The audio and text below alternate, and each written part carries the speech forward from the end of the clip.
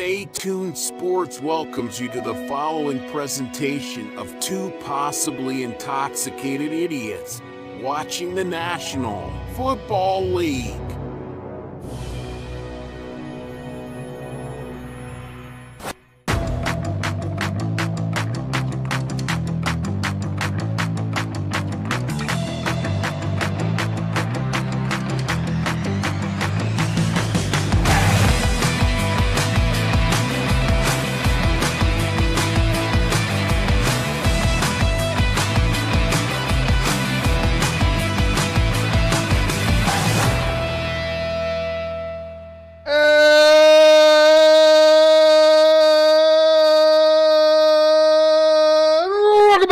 Stay Tuned Sports.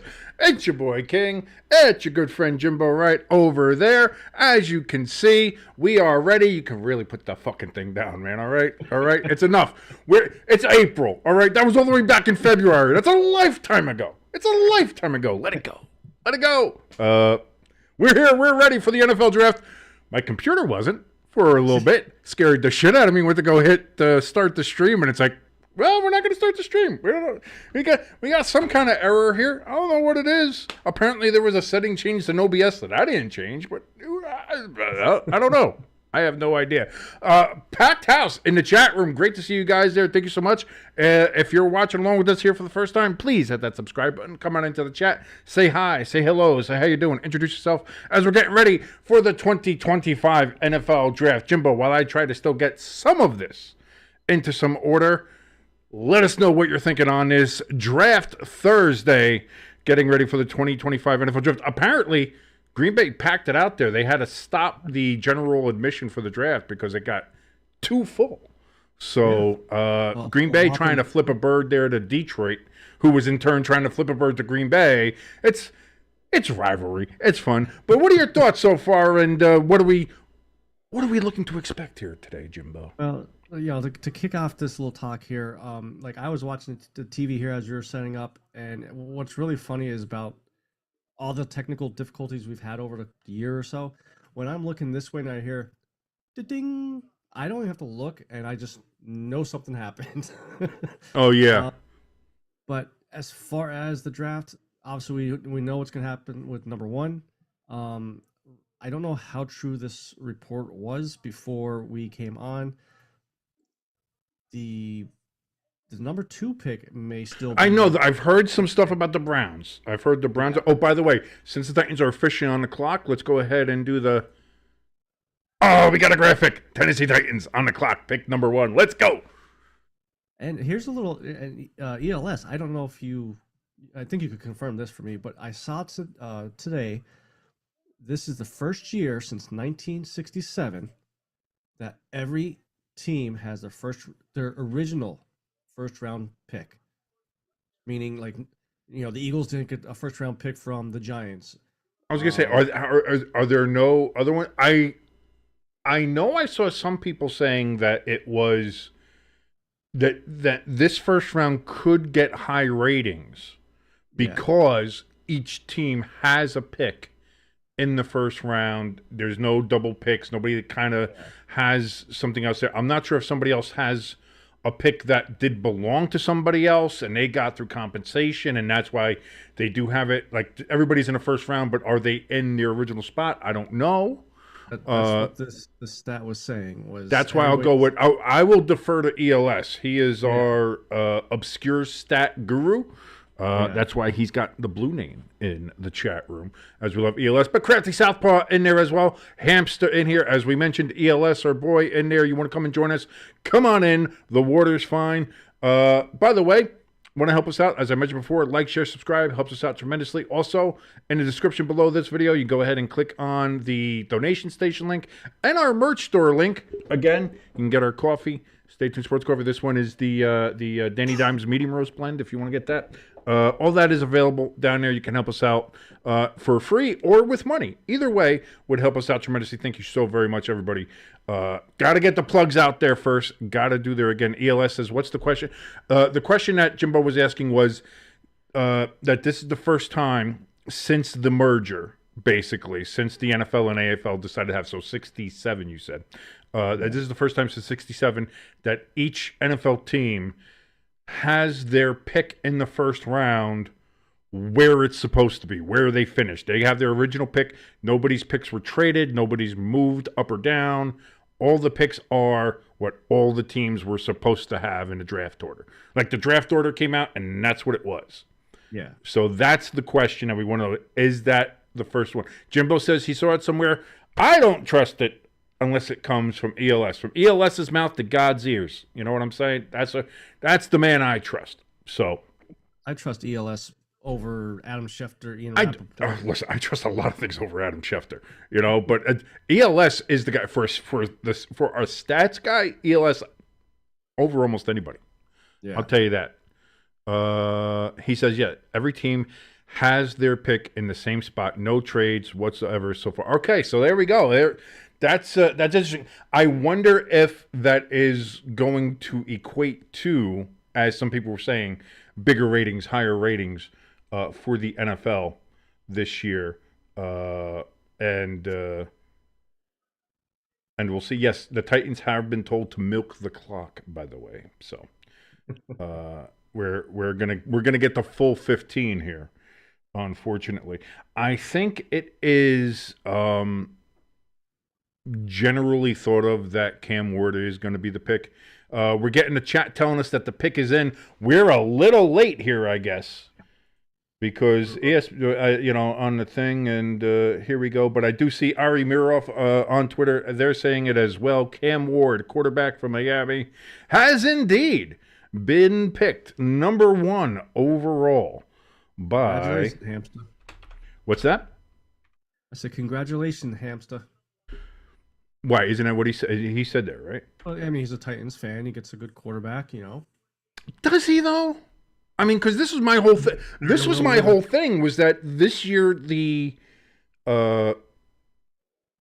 quarterback class, there wasn't really a franchise quarterback. Even with Cam Ward. I mean, and listen, I know people liked all the stuff about him, but, man, when you looked at how Miami played, when you did the eyeball test, I know that everybody's going to look at the stats and the metrics and stuff, and that is all important too, don't get me wrong, but from an eyeball test and watching some of the Miami games that I watched, it was like, explosive play here or there, but overall not, it didn't strike me as a franchise quarterback guy. That's just me. Maybe a little bit more time would have been better or something like that. I don't know, but, that's just... Quarterback-wise, who would you rather, though, him or Will Levis? To be your starter. Listen, if you're going to force me, to do that. Yeah. I think you try with the new kid. See if you can get something. And if you don't, hey, you're fired as coach, because we're not firing a new draft pick we just made. So, yeah.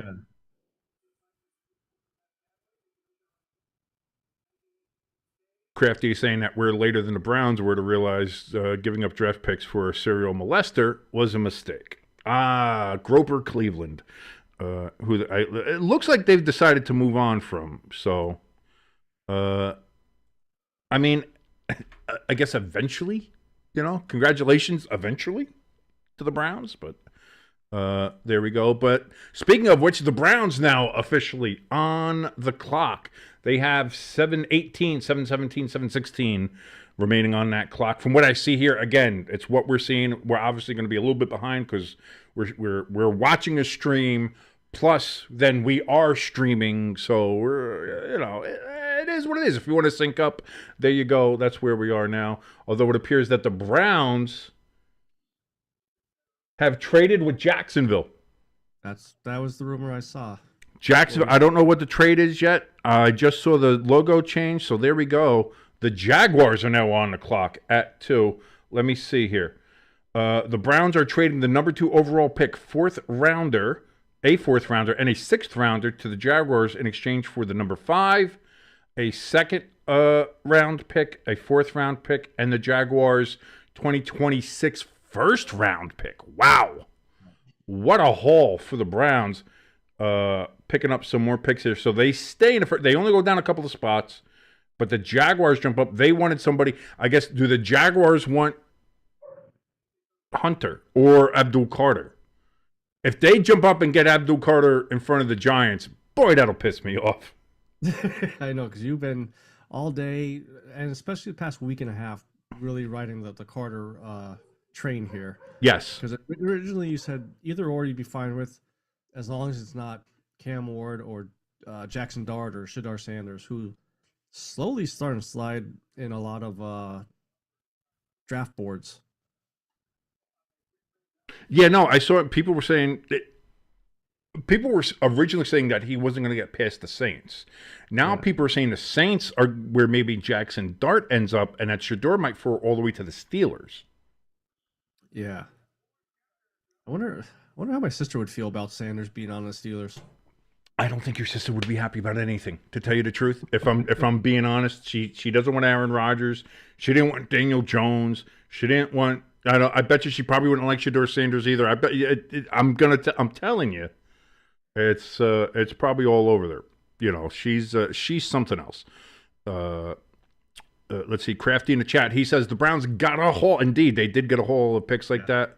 I wonder how they'll squander them. That's old Jimmy Haslam is still there, so it's like, congratulations, you got some of the draft picks back that you fucking dumped because of Deshaun Watson. Maybe let's not screw these up. You know, how about that? So we got the first real big kind of thing happening here with the trade here. I was wondering if there was going to be a trade. I really was wondering if there was going to be one. But here we are. I didn't think the top three would trade. Well, I mean, I should say top two, because I mean, the Giants still have a chance to trade down. You'll be drinking a lot of that Stay Tuned Sports coffee if that happens. Dude, I got to go. I have the cider here waiting. Just in case. In case. I might have to chug. I want to drink it nice. Like, I have my coffee, and I'm going to have that later. I'm going to have a nice sip it, enjoying a nice cider beverage during the evening. I'm going to wait until the third pick. It depends on if I'm chugging or sipping, whatever the fuck we're going to do here.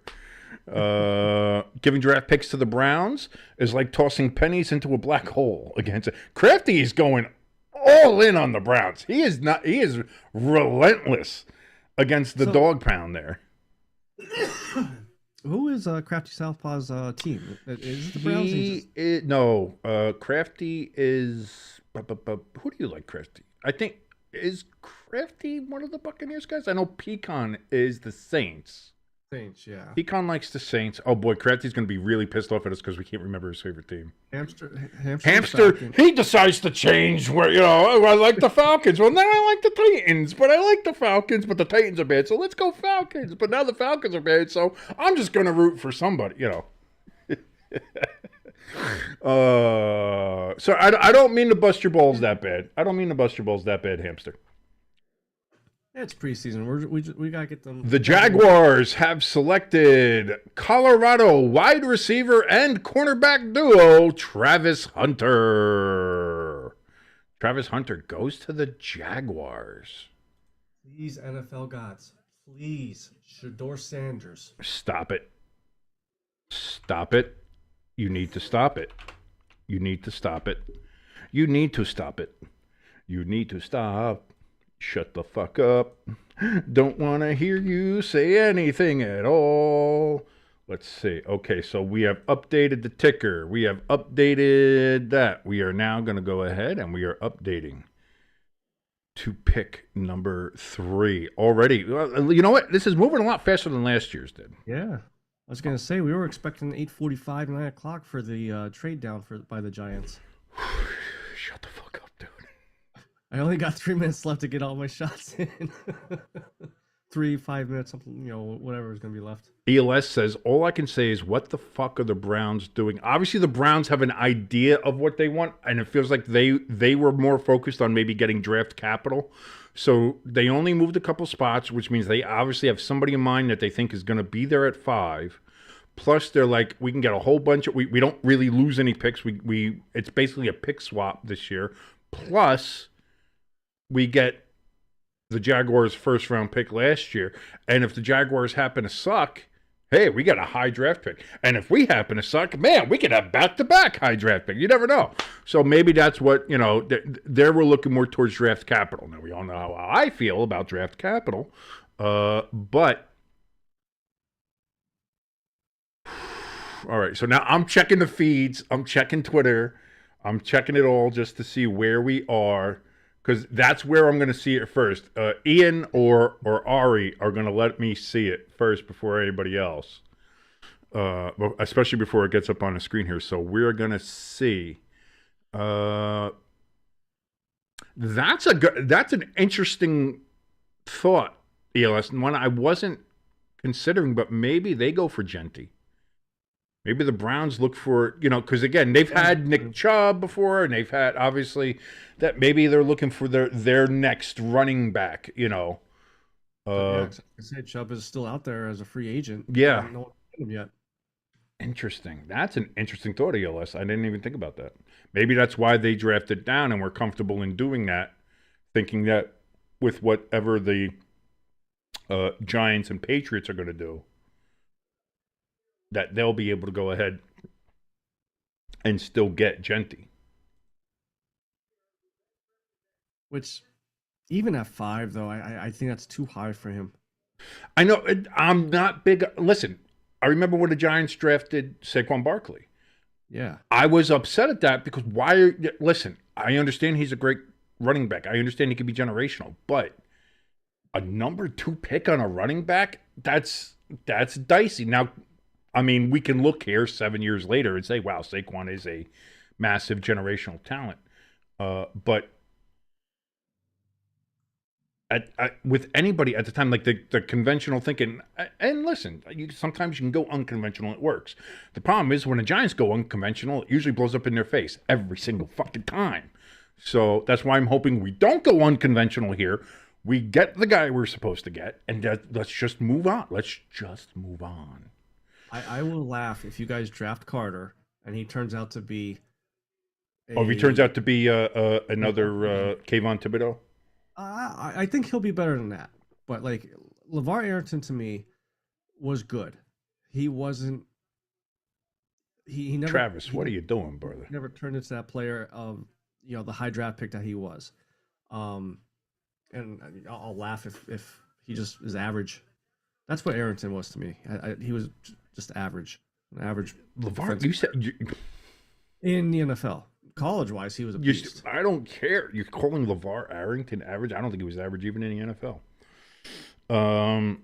That's just my thought on it, and having, seeing him play with the Redskins for all those years. Okay, we're still on Travis Hunter waiting. The Giants are indeed on the clock. I wonder if they stopped the clock waiting for Travis Hunter to get to the stage there and do all his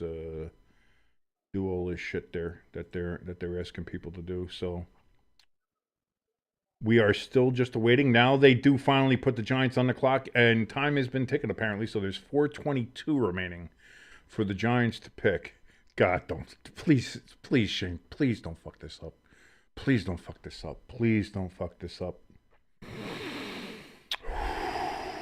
Dude, I mean, it's just like my fandom's hanging by a fucking thread as it is.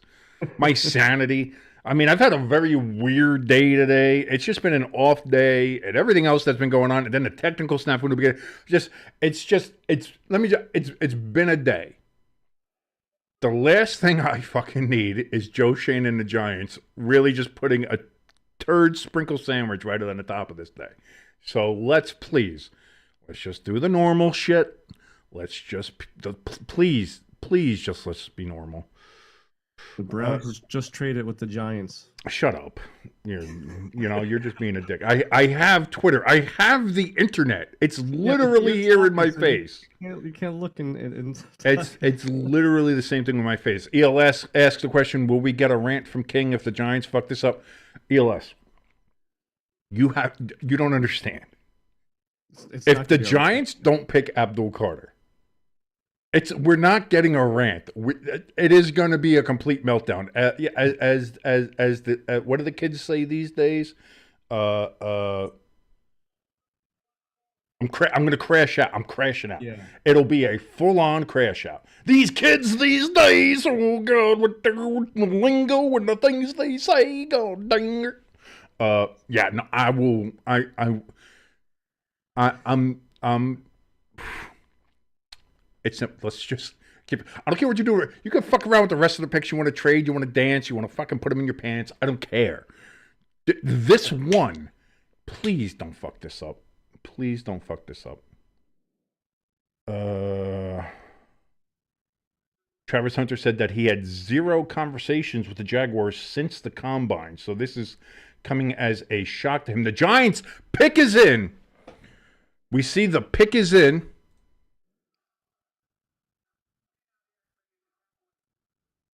That's all it says. The clock is up. The pick is in. Who did the Giants get? I am reloading Twitter like a motherfucker. Because I got Pat on because my other feed wasn't working. I got ESPN on, so I have the regular ESPN feed on. So, which I guess is the ABC feed. So, yeah.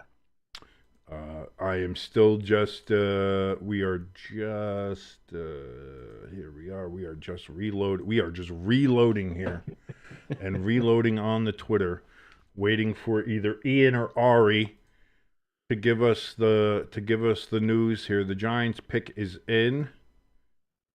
The Giants pick is in, and who have they decided to pick? We are waiting to find out who the New York Giants have selected. Penn State defensive end Andrew Carter. Oh, he didn't fuck it up. He didn't do it. He didn't fuck it up. Joe Shane, you beautiful dumb bastard. Oh, I still fucking hate you, but you didn't do it. You Draft did. isn't over yet. You had every chance. You had every chance to fuck this up. And I'm going to be honest with you. There's a part of me. There's a lot of parts of me that thought you were gonna, that expected it. The expectations for your fuck up were so high. I had almost 0 expectations for the fact that, hey, you know what? I think Joe Shane knows what he's doing. I think he's going to go ahead and pick the right guy. No, there was always this deep, dark, ouching fear inside of my soul that I was going to see Shedeur Sanders or Jackson Dart or some other just fucking random ass fucking pick, as the Giants are known to do. I was just...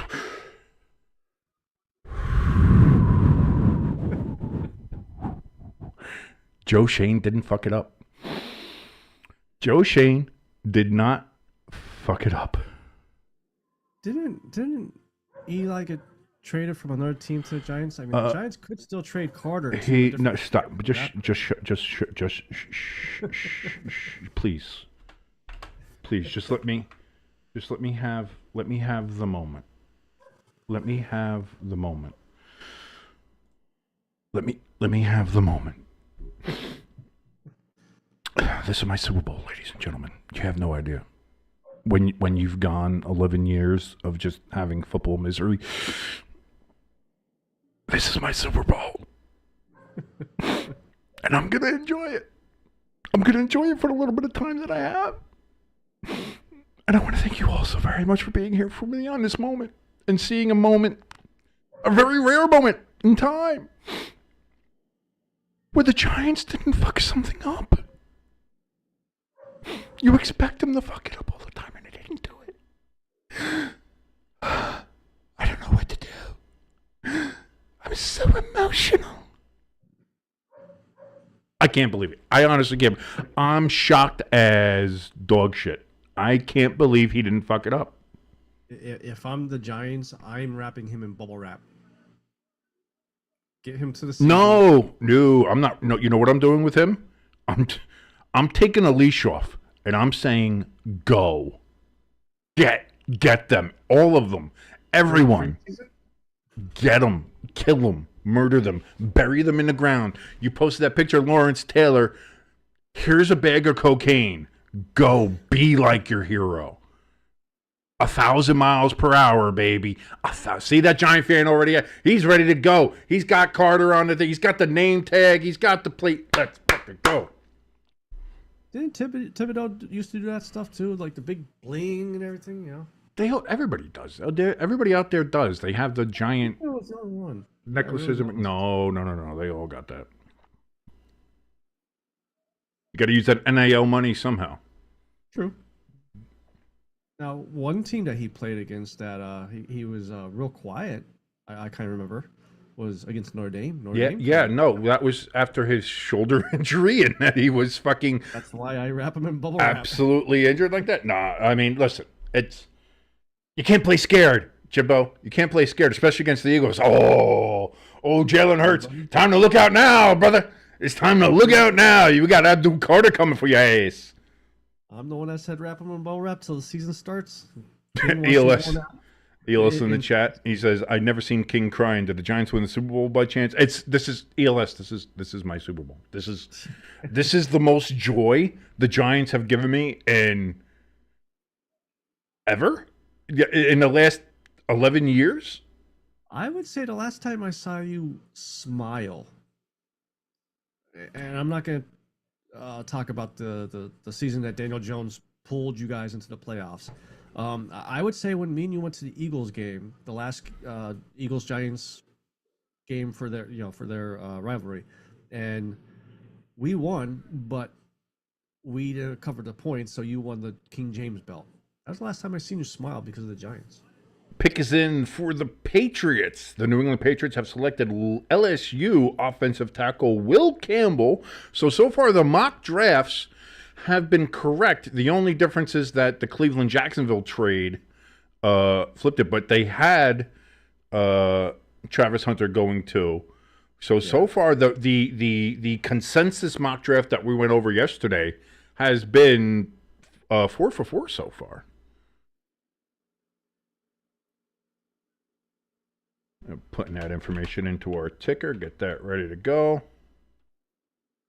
And ELS, there's really no way Philly could fuck this up. I mean, they're 32nd pick. They really don't need anybody. They really the only way in your mind if they can fuck it up is if they decide to do a trade and end up moving, like you said, like Devontae Smith or something. Yeah. And with the Patriots picking their player here, that all closes the door for A.J. Brown to go to the Patriots. Was that one of the rumors? Yeah. But who's rumor? That's what I mean. Who's rumor? Who was saying that? That's what I mean. Tom Pelissero, is he the Patriot? Tom Pelissero is NFL, so. The one that Boston Connor always talks about, that he's a beat writer for the Patriots. Callahan? I don't know. Yeah. But they were talking that we would give AJ and our first rounder for their 4th overall pick. But it's shown. Yeah, but I mean, you have to take rumors with a grain of salt when it comes to draft time because everybody's just looking to undermine and fuck with everybody else. So, did we scare everybody else away from the chat? Because it's just we had everybody in there. Now it's just the LS hamster guy. Looks like we got 5 people in there. I think we offended Crafty by not remembering his favorite team. Yeah, that's the last time he commented in there. I think that's in Hamster, he's driving down to Atlanta to get ready for his draft. He's got to get ready for that. But he already experienced the Tennessee one. Now he's got to go all the way down to Atlanta. I get it. It's a busy day. Work is never done. Ain't no rest for the wicked, baby. Again, thank you so much, everybody, for joining us here. The Browns, who had the number 2 pick, traded down to the number 5 pick. The Jaguars, the original number 5 pick, traded up to the number 2 pick, took Travis Hunter. The Cleveland Browns, are on the clock. Thank you so much for joining us here on Stay Tuned Sports. My name is King. That right over there is Jimbo. If you'd like to help us out at all, like what you're watching, please hit that like button, hit that share button, get more of your friends, family, loved ones, acquaintances, secret lovers. I'm not the judge. As long as they come here and watch us, that would be fantastic. So hit that share button. And of course, if you're watching us here for the first time, please hit that subscribe button. Helps us out tremendously. Thank you so very much. If you'd like to get a little bit more skin in the game and help your boys out here, because especially me, I'm poor. I'm a poor guy. I'm from a poor family. No, he's just a poor boy from a poor family. Spare him his life of these. Okay. Anyway, before we break into Bohemian Rhapsody, if you want to help us out, in the description below this video, you can go ahead and click on a link there for our donation station. And We have our merch store there. That's like donating, except you get something in return, which is cool. We got shirts, hoodies, more stuff being added a little time. We got some banners. More banners are going to be added. We have mugs. And, of course, in mugs, what do you put in mugs? You put coffee. Stay Tuned Sports Coffee. Right here. The Danny Dimes blend. It's going to wake your ass up like getting hit on the blind side. You're going to love it. That's what I'm drinking here right now. It is fantastic. Actually, this mug is almost done. I got more in the pot. I'm going to drink some more of that because I'm a happy guy because the New York Giants went and selected Abdul Carter. They didn't fuck it up. I'm super excited. I'm super happy for that. You have no idea. The relief. See, this is what I mean. It's the relief. You saw the relief. You heard me screaming. It wasn't like, all right, yeah, we got Abdul Carter. It was, no, yeah, Joe Shane didn't fuck up. That's the key thing is you. Like, that's what it was. The player, but you were more excited that Shane did not fuck it up. Super excited the fact that we actually didn't fuck this up. We did something right. We did something correct. We are building towards. Listen, just get yourself to fucking 500 this season. We don't have to reinvent the fucking wheel, but just get to 500. If you're going to build a team, if you're going to build a winner, fine. But you got to win first. There's no more there's losing shit. You have to show fucking improvement. And I don't mean going from 3 wins to 4 wins. All right? Let's fucking knock that shit out. But here's the thing, though. You guys did that with Danny Dimes, gave him a big contract, thinking we're going to go back to the playoffs. Well, Shane fucked that up. But Shane fucked that up because there would have been no reason to have done that contract if he would have just picked up Daniel Jones' 5th-year option, which would have been a hell of a lot cheaper. Like, even if you think you're not going to stay with this guy, pick up the 5th-year option. He's, at that point, still a cheap backup. And then once that's done, like, if all you did in that case was make it a make-or-break year. He made it. In 2022, dragged the Giants to the playoffs, looked good doing it. It was like, oh, okay, there's something here. Now you forced your hand. He fucked that up from the start. This is what I mean. Joe Shane has fucked up everything since he's been here. Yeah. We Giants fans thought it could not get worse than Dave Gettleman. Boy, were we fucking wrong. As bad as Gettleman was, I mean, Shane, at least Gettleman had 1 or 2 hits. Yeah. But right now, like fucking Joe Shane, this is okay, this is 1 versus 1 billion, but you finally got 1 win versus 10 billion fucking losses. Okay. That's good. Now, let's build on that. Okay? Oh, I am burping up Taco Bell, baby. I don't know, ELS. You think Packers will take a wide receiver for once in the first round? Did they stop the clock for the commercial? Because the Patriots made their pick. Yeah. Then they went to commercial. Now they've come back from commercial. And there's still 7 minutes and 23 seconds. Now, when they did this with the Giants, because I think it's only 10 minutes. When it was for the Giants, like after the Travis Hunter pick and everything, and they went to the Giants, there was only like 4 minutes left or something. And there was no commercial in between there. So here, you went from the Patriots made their pick so the Browns would be on the clock. Yeah. You had like a fucking 4-minute commercial break, and now you just came back and it's been 2 minutes, and now it's only 7 seconds left. Like what? Or 7 minutes left on the fucking clock there for the Browns. Like what the fuck are we doing here? Did they stop the clock for commercials? NFL man, you gotta stop. You're killing us. You're killing us, Smalls.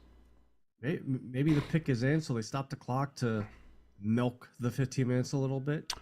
They can milk my nuts. I don't care. ELS in the chat, he says, my guess is that the Packers are going to go either linebacker, cornerback, or wide receiver with their pick, wondering how he's going to do. I don't know. But I like the pick by the Patriots. You need some offensive line protection there for you guys. Who the hell's their quarterback? Drake May. Drake May, that's it. I always forget. Yeah, Drake May. You got Mac Jones. He's all the way. He's back out there though, or anything like that. But yeah, Drake May, good quarterback. Showed great talent, especially towards the end of the year. But boy, was he getting murdered. So again, and this is where I think the Giants need to learn from the good teams that are out there. I think the Patriots are trying to do this now as well, of build in the trenches. Build in the trenches. Get the trenches built up, and then you do better. The Browns pick is in according to this, and I'm still not getting nothing on Twitter as of yet for who they've taken. All we know is that the Browns pick is in. I feel like I have a booger in my nose, but I don't. But I feel like I do. I wonder, is it a hair? One of my mustache hairs going up in my nose making me feel like I got a booger. I looks like I'm fucking digging for gold up here. I don't know, like, yeah, I look like a coke addict. I'm fine. No, man, I'm just fine. I'm this excited about that blue quarter. What are you talking about? You know? It's always fun. It's always fun on these streams, Jimbo. It's always fun just... It's always interesting. Always fun. Always just a good time. Are we... Do I have a booger in my nose? Am I pretending to do cocaine? We don't know. We have no idea. I would say YouTube don't demonetize us, but we're not there yet. So I guess, it's a free-for-all on this channel right now. Once we get monetized, we're gonna have to put in a censor. We're gonna have to censor ourselves. Why do I feel like there's a thing in my nose? I'm giving everybody a rhinoplasty here. I'm literally about to rip my nose off. It is just annoying the shit out of me. Yeah, I'm even watching the Pat McAfee feed, and in the background is the stage, and it keeps saying the pick is in, the pick is in. Yeah, no, that's just the graphics. Yeah, that's all. Still nothing on Twitter. Okay, here we go. The Browns have picked Michigan defensive lineman Mason Graham. Mason Graham, defensive lineman from Michigan, at number 5. So the Browns do go defense, but they decide to skip on Abdul Carter and go interior lineman with Mason Graham. I guess maybe in a way that's, I don't know. Yeah, I was going to say, if you could have Myles Garrett on one end and Abdul Carter on the other, like, yeah, what? I mean, that would have been something. But then again, it is the Browns. The Browns will brown. I don't think it's a bad pick. No, and again, if you're looking more for like the run stopping kind of player, sure. Again, we think of the edge rushers, we think of, things like that. Wide receivers, the sexy picks, the guys that are good. But, again, interior line is not a bad way to go. Yeah. Especially if that's the need you're looking for. If you need to stop interior rushes, do you want to try to, and looking at some of his highlights there, he's not bad at still getting into the backfield and getting to the quarterback. He is a disruptor. So that's, that's what I mean. It's not a bad pick. No, I'm not saying that, but if I had my choice, I'd take Carter. I wonder what the conversation of Shane's son and him just was like. Somebody posted it. I think his son was trying to tell him to get Jackson Dart.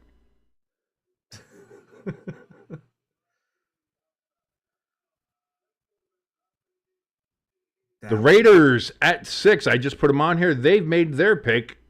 The Las Vegas Raiders have selected running back Ashton Jeanty at number 6. I mean, I guess you have to take him there because he was going to get picked high. But so the Raiders get their pick as well. I think so far that mock draft has been 100% accurate. And so the Raiders get Jeanty. High pick for the running back. Again, me and you have talked about that. We're not huge fans of that. Yeah.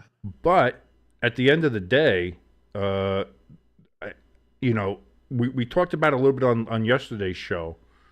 The Raiders, I think they were looking to replace Josh Jacobs? Yeah. Who's with the Packers now. They were looking to replace him and get somebody like that and get a rushing threat again. And we'll see. He gets to stay out west, goes from Boise down to Vegas. So I'm sure he's fine with that. It's the Raiders. It's a great brand. He likes that. So, I mean, it is what it is. But now we are at the number 7 pick, and it is now the other New York team to see who they are going to pick. The Jets are on the clock. So let's recount some of the picks here. Cam Ward, number 1 in Tennessee. Everybody kind of knew that. We knew that was the way that was going to go down. Jacksonville, they traded up with Cleveland to get the number 2 pick. Cleveland traded down to 5. So Jacksonville, with the number 2 pick, they go ahead and take Travis Hunter, the two-way player out of Colorado, who I liked. You were iffy on him, but I would have been happy if the Giants got either him or Abdul Carter. But since he went to the Jaguars, did Travis Hunter, the Giants, in a move of just shocking, really, in that they didn't fuck this up. Pick Abdul Carter out of Penn State. I'm glad that the only controversy is what number he's going to wear, since number 11 is retired and Phil Simms is still alive, and so I don't think he's going to unretire his own number. So we'll see what number he decides to wear. I'm glad that's the only drama we have to worry about, and far. And hopefully the Giants get a little bit better here. Okay, then it was the Patriots. They picked offensive tackle Will Campbell. The Browns in that number 5 spot, where they traded with the Jaguars, which ELS thought they might have gone for Genty, which I thought was a pretty good idea, but no, they went for Mason Graham, defensive lineman out of Michigan, and it was indeed the Raiders at number 6 who pick Ashton Genty, running back out of Boise State, and so that leaves us with the New York Metropolitans, currently on the clock at number 7. Who will the Jets pick to start the Aaron Glenn regime there in the New York Metropolitan offices there at Florham Park in New Jersey? Interested to see how this turns out for the Jets. Sister-in-law Robin, her husband is a big Jet fan, so I know that he is looking at this with great interest. As am I. Again, I like the Jets. I root for the Jets when they're not playing the Giants, so... I never did have a big problem with the Jets, as I guess some people do, but whatever. But let's see. We'll see who they go ahead and decide to get. I'm going to be updating here on the twits, trying to see everything like that, and see what we can find. Yeah, and it seems, that's what I mean. It seems like every mock draft had Genty going to the Raiders. Yeah. Up at 6 there. So, I mean, everybody had him going high. Again, running backs high. I don't know. You know who's going to be an interesting where he ends up is the Arizona State one, Scatabo. Yeah. I'm interested to see where he ends up, because he has Mike Allstott energy. And I know I'm like dating myself, got a bit of an old head kind of thing there, but for you youngins out there, Mike Allstott was an absolute beast of a fullback. Now, I know you're wondering, what's a fullback, Grandpa King? I don't know what that is. Well, let me tell you something, young gentlemen out there. Fullback used to be a position played in football where it was a back that lined up behind all the backs. He was a fullback. Sometimes they did it in front. I think they kind of evolved from that. But he was usually a big, mean, scary guy who would go ahead and run over all the other people, and nobody would ever want to get in front of them, especially when you were Mike Allstott. Yeah, no. So I'm wondering where he ends up and how he'll fit into that, and if he can kind of bring back that fullback, if he's used right. It depends on where he goes and how they would do it. But if he can bring back that fullback mentality to the NFL, I'd be very interested about that. ELS, again, talking about the Packers, you know that there were some rumors floating around there that the Packers might be trading for Pickens. Now, I don't know if anybody knows this or noticed this or has seen it yet. And of course, I'm being facetious because it's been all over for a while, that George Pickens went ahead and took the Steelers off of his Instagram. Took him off. He said, got rid of him. Not there. Why does it got to be Instagram? Why not just X?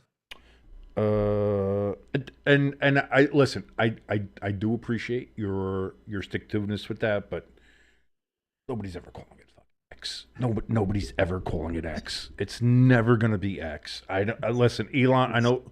However you feel about the Doge, however you feel about any of that, however you feel about Tesla or anything else or SpaceX, anything else that he does. Whatever he was, and whatever he's doing with Twitter, it's Twitter. In the cultural zeitgeist, it's Twitter. It will always be Twitter. It's never not going to be Twitter. You can rename it X if you want to. You can try to put your own stamp on it. It's Twitter. It's always going to be Twitter. It's never not going to be Twitter, Elon. Listen, this is one fight. You can fucking take a step to the back and realize I'm going to win it. And just bring back to Twitter. Change it. You can change the logo. Make it a different logo. Make it a different fucking bird. I don't give a fuck. But it's Twitter. It's always going to be Twitter. It's always going to be the twits. It's always going to be it's never going to be X. Like I'm telling you. Granted, it's better than Blue Sky, but what's more likely to happen? The Giants to win the Super Bowl or it going back to Twitter? In the next 3 to 5 years? Yes. Giants Super Bowl.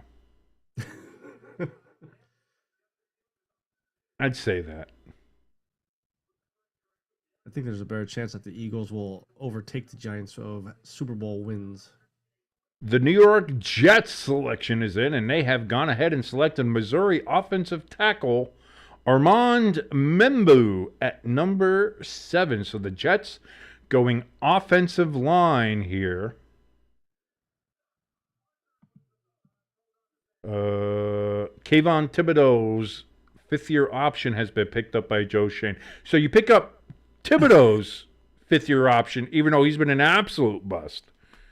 But when it came to Daniel Jones, you didn't, and you ended up causing a series of events that completely fucked up the Giants. Way to go, Joe Shane. But yeah, so there's some news there. The Jets go ahead and they pick Missouri offensive tackle Armand Membu. And why would you pick up his 5th-year option if you drafted his replacement? Well, again, it's not his replacement because you can have now on either end. You have Kayvon Thibodeau one end, Abdul Carter on the other. Maybe having Abdul Carter there opens things up for Thibodeau and makes it a little bit easier so his lazy ass can go ahead and actually get into the backfield and do disrupting like he's supposed to fucking do in the first place.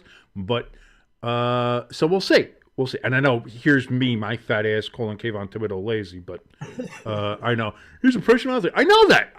Listen, if we're going to be honest, I can't walk up a flight of steps without being out of breath. And meanwhile, that son of a bitch is out there going ahead and running a million miles an hour. He's a lot more fit than I am, than I'll ever be. I get all that. I get it. That being said, in comparison to other NFL defensive ends and edge rushers, the guy plays lazy. That's all I'm saying.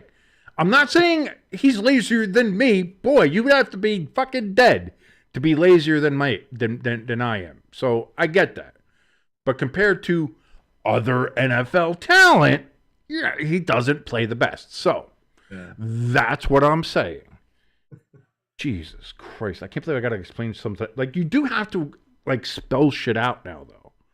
Like, you have to tell people, like, what you're saying. Because you're saying that oh my God, you're saying. Shut the fuck up. No. Like, I'm not saying, what? Well, why'd you run a 40-yard dash with him? Why?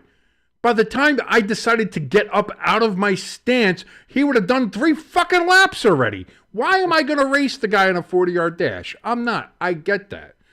Yeah. I'm comparing him to other NFL talent. Whenever you hear somebody say that an athlete looks like they're being lazy or they're playing lazy, they're not talking about lazy compared to them, assholes. They're saying compared to other, likewise, athletically talented people.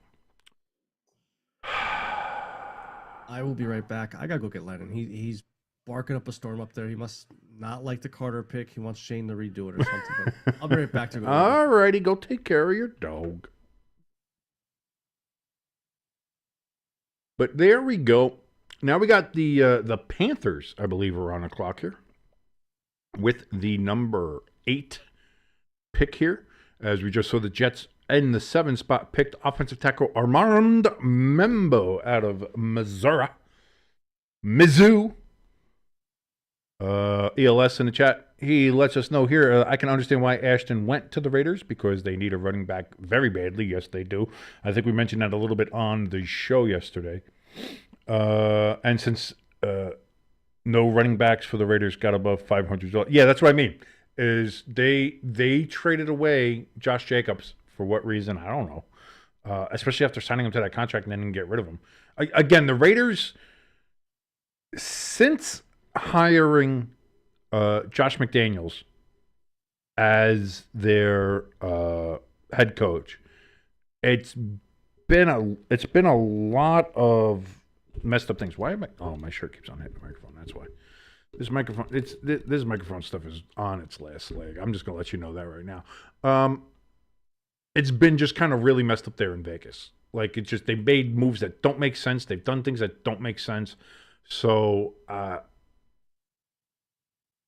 why they got rid of Josh Jacobs to begin with, I don't know. Of course, the Packers. I mean, the Raiders' fuck up was the Packers' gain. So I mean that helped out immensely. But I just don't. You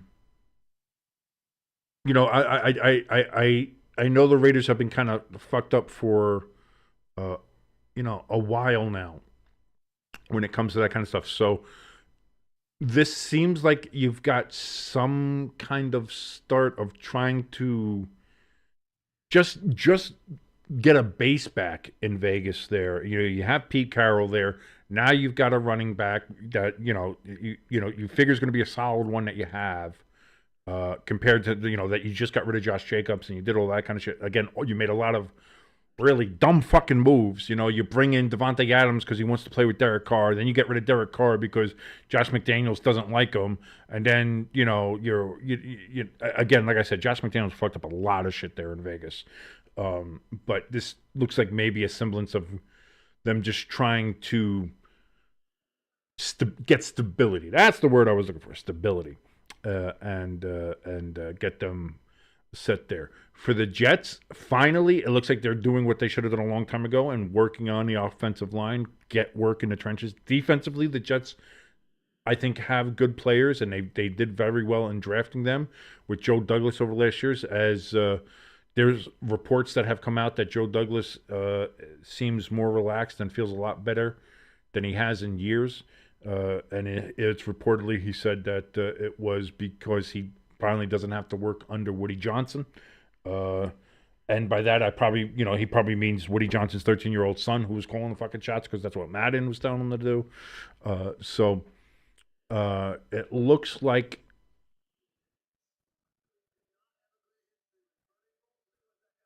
they're finally trying to, again, like I said, build through the trenches. That's the way you got to go. That's the way you got to. When you're a dumpster fire of an organization like the Jets, like the Giants, like the Patriots have been for the last couple of years, build with that line, get the line going, and you can build out from there. And again, look at all these other teams. I look at your Eagles, who for the last 4 or 5 years have been one of the more solid teams. Why? Because they have an offensive and defensive line that's been fucking killer. All starts in the trenches. Same with the Chiefs. They had an offensive and defensive line that were great. Now, again, the last 2 years, their offensive line hasn't been that great, but they've still made it to 2 Super Bowls and won one with a bit. So, I mean, there's again an exception. The Bills, the Ravens, the Steelers. When you look at the teams that are either great or very good or on the cusp of being great, they have their trenches in order. Every single one of them. That's where you want to start. If that's what you're going to be, if that's what you're looking for, you have to build through the trenches first. And like we said on the show, kind of take your point a step further. Like that's been the tale old as time. You build in the trenches and you build out from there. And the next pick is in. And it's going to be the Carolina Panthers. They go ahead and they select wide receiver out of Arizona. This is the one I had a problem with. Tetoria. Tataria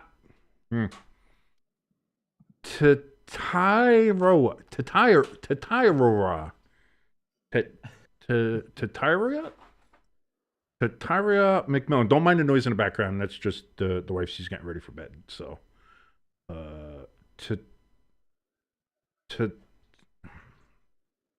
McMillan, I was gonna say wide receiver out of Arizona. Tataria McMillan at number 8 for the. I was gonna try. I had to try. Something, you know. See, ELS had it right in the chat. Tet McMillan. Just call him Tet. I'm just calling him Tet. All right, Tet. You got it, Tet. If I'm the Panthers coaches, he's hey you. Hey you guys. All right, so what this is going to do now is we move from pick number 8 to number 9. I didn't know if people knew how numbers work, but that is indeed how numbers work. So now that means that the New Orleans Saints are on the clock. By the way, our top donator, Pecan, you just saw his name go on a ticker down there, donated $35 in total to us here. He's on that ticker. If you want to beat him, go down to the link, hit the donation station, and donate more than $35 to get your name on a ticker. But again, we will accept and graciously accept any and all donations that you can give to us. Thank you so very much for your generosity. But Pecan, big Saints fan, so this is going to concern him. And if you're a Saints fan watching us, it's going to concern you. Washing us? I certainly hope you're not watching us. Hope you're watching, not washing. That's a completely different thing. I just had a shower today, so and coffee's making me slur. Apparently, who knew? I didn't even open the cider yet. Even in celebration for the fact that Joe Shane didn't fuck up. I haven't done it yet. You know what? That's called discipline. Discipline? You gotta have discipline. Yeah, discipline. You gotta have discipline. So there's Tetoria. You know what? Yeah, I'm doing it ELS. He's just Tet. I think it's Air. AIR. So Aeroia? Teter? Tetero? You know what though? Great nickname for a wide receiver though, because every time that he goes on a big run after catch or a score, it's the Tet offensive. Little Vietnam joke in there for you. I need to concur. ELS. Oh come on, ELS. That's an A fucking plus if there ever was one. The Tet offensive. Come on, let's go. That's good.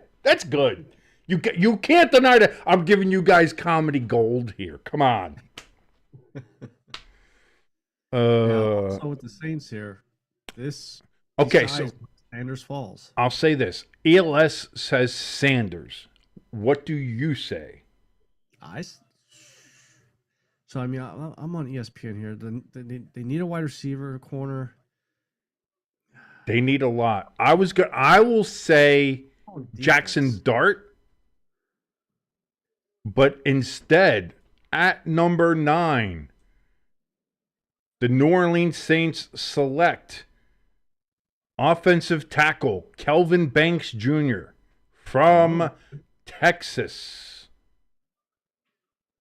People were thinking that he might have gone to the Raiders. People were thinking that he might have gone to a couple of the other teams here that were looking for the offensive lineman. Maybe Chicago with the next pick. Maybe that. But no, the Saints pick up offensive line help, so they still are kind of without a quarterback, as Derek Carr has made it clear that he does not want to play there. Wow. I thought for sure that the Saints were going quarterback. I got a sleeper team for Sanders, I think, because I'm just looking at like the next picks going down. I'm going with Dolphins as my sleeper team to draft him. Why would you need to when you have Tua, the concussion machine, and right behind him, Zach fucking MILF Wilson? Come on, the MILF Buster himself. But after Miami... Well, you got Chicago's not picking them. The 49ers aren't picking Shador or Dart. Dallas, no. Dallas maybe though. You never know with Dallas. Yeah. Yeah. So the Bears are now on the clock. So yeah, like I said, down Miami, maybe Indianapolis. Do you want to add somebody else into that room where you're going to have Richardson and Jones fighting out for the starting spot? Do you add a third person in? Do you do like a weakest one leaves, loser leaves town match or something like that? Maybe. Atlanta seems to be good with Penix. And they've already signed a bunch of quarterbacks, so it's not going to be them. They're going to be looking to offload Kirk Cousins somewhere. Arizona? No. I don't think Arizona. Not Cincinnati. Not Seattle. Maybe 26, LA. Tampa? No, not Denver. Pittsburgh, to me, I think is the next lock for a quarterback pick. Yeah. Yeah, that's the thing. That's true, too. But we all thought New Orleans was a lock for a quarterback pick, and look how that turned out. So, yeah. So I think for both Sanders and Dart, I think it's going to be a bit of a drop. This has like a Brady Quinn feel to it. Like remember when Brady Quinn was Quinn and people forget Aaron Rodgers. He was supposed to be like a top 5, top 8 pick, and he dropped all the way to 26 or whatever it was. Yeah. So I mean, there's a feeling here. Honestly, looking at this now, like the Saints, I think were the best pickup for a quarterback. Yeah. After that, it's you might have a rogue out there, one of these teams, but I think between now and Pittsburgh, I don't think you're it doesn't feel like anybody's going to pick up a quarterback.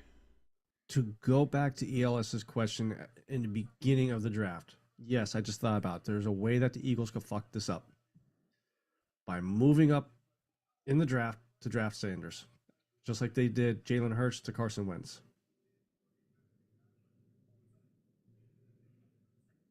Now, didn't you got to pick who's your your backup right now is that kid you like? Yeah, Tanner McKee is our backup. For now, unless he or DCR, whatever his name is from the Browns. But you're not. But here's the thing: you just signed Jalen Hurts, and he just won you a Super Bowl. You're not going to draft a quarterback. You're not. Yeah. Because it's going to piss him off. You're not going to do that. That's what I mean. So, I mean, Howie is brash, but he's not Joe Shane. He's not going to fuck up that badly. Yeah. But yeah, a lot of people. Ian Rappaport here on Twitter at RapSheet. With a QB need, with Derek Carr uncertain, the Saints stick at number 9 and pick an offensive tackle. High character, big time player, and that's it. Everybody, he was one that people liked. People were talking about wanting to trade up to get him, wanting to trade up to do this. So it's by no means a bad pick from the Saints. Yeah, I will say that, as I've been talking about this whole time here of building from the trenches. The only position that's more important than the trenches is quarterback, though. Like the quarterback, whether you like it or hate it, the quarterback is the most important player on a team. Yeah. He is. He is the leader. He's the captain of the ship. He's all that. So you got to be able to have that. So that makes me interested if they're trying to work a deal out with the Falcons and get Kirk Cousins, which again would be weird having the 2 division rivals actually do an in-division trade like that, especially for such a big piece, for so much money, for all that. Where are the Saints going to find the fucking cap space to do so? Like there's a lot of questions. There's a lot of questions. The only thing I could think of is maybe Carr's involved with the trade. Like I know Cousins probably most likely has a bigger contract than Carr, but Carr's contract would offset most of that.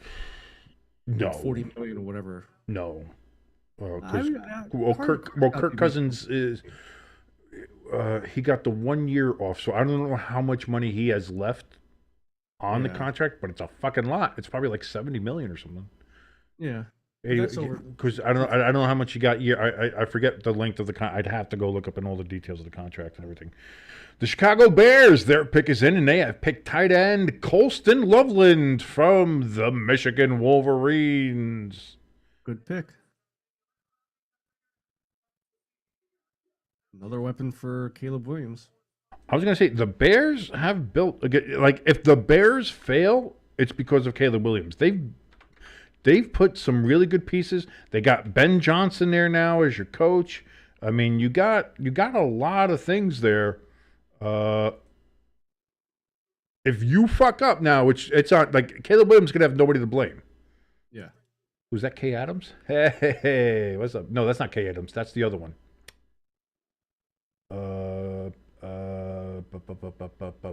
Why can't I remember her name now? From NFL Network. Oh, you're not watching the feed. You don't know. You're watching McAfee. Yeah, nah, she is a dime. A dime piece, as they say, because she's a 10. Oh, red shirt or red jacket, I mean? No, black. The one in the black dress. Okay. The one in the red jacket, I don't know.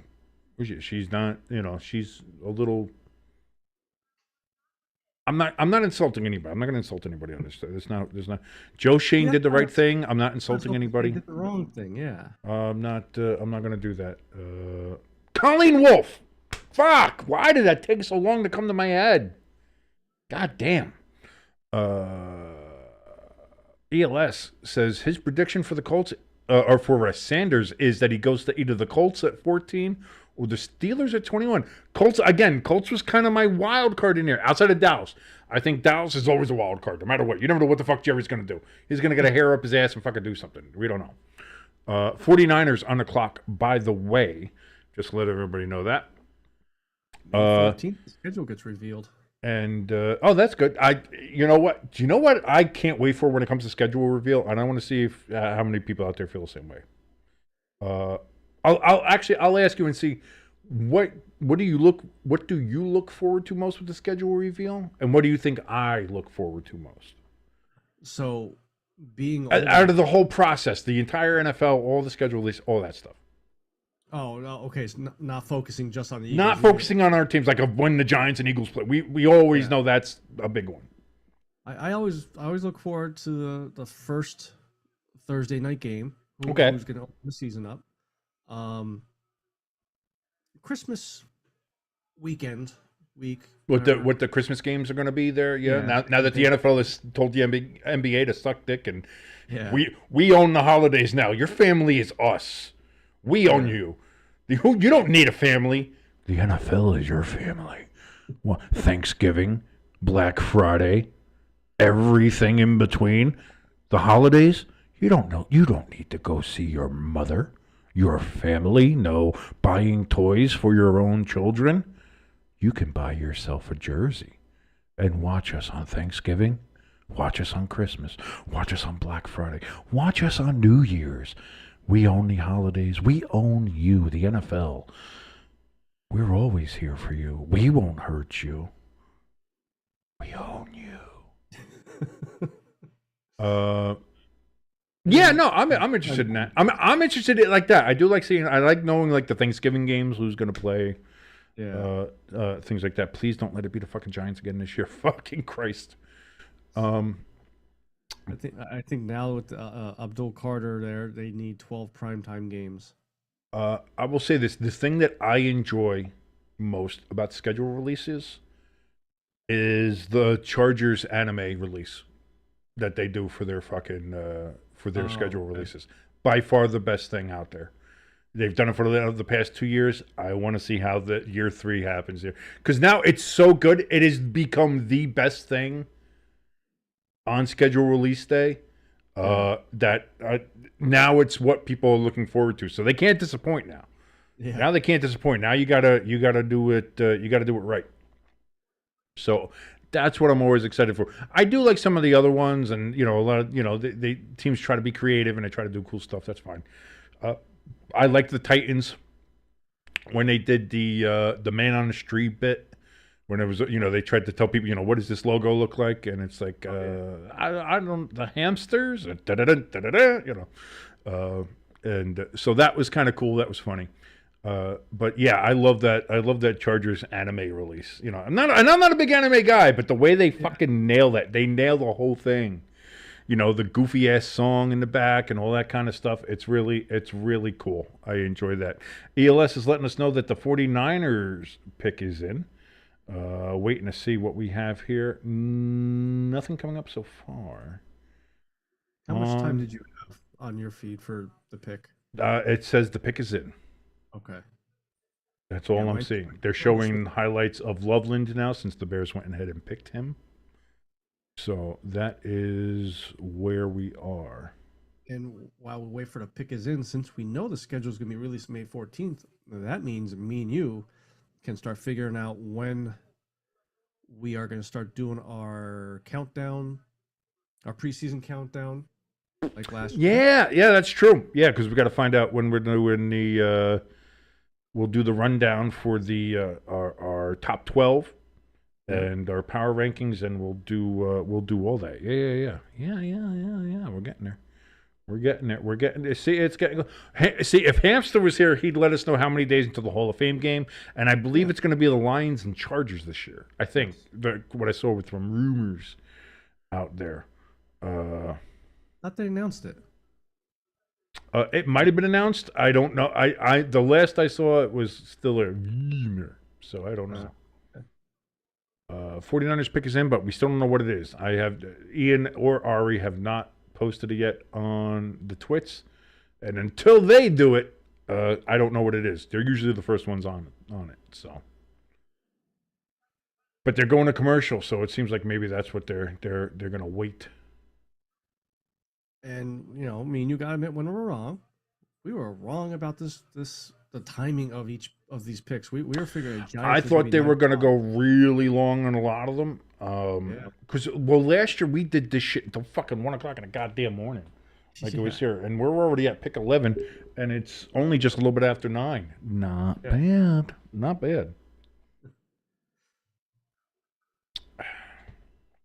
I'm kind of hoping Philly sucks and picks nobody, and Howie Roseman gets fired. Well, did you see that a anonymous GM said that anonymous? Yeah, that's anonymous. I just want to make sure I heard that right. Because again, it's late at night. I'm loopy. Joe Shane did something right. I don't know. Maybe it's the edibles I took. I have no idea.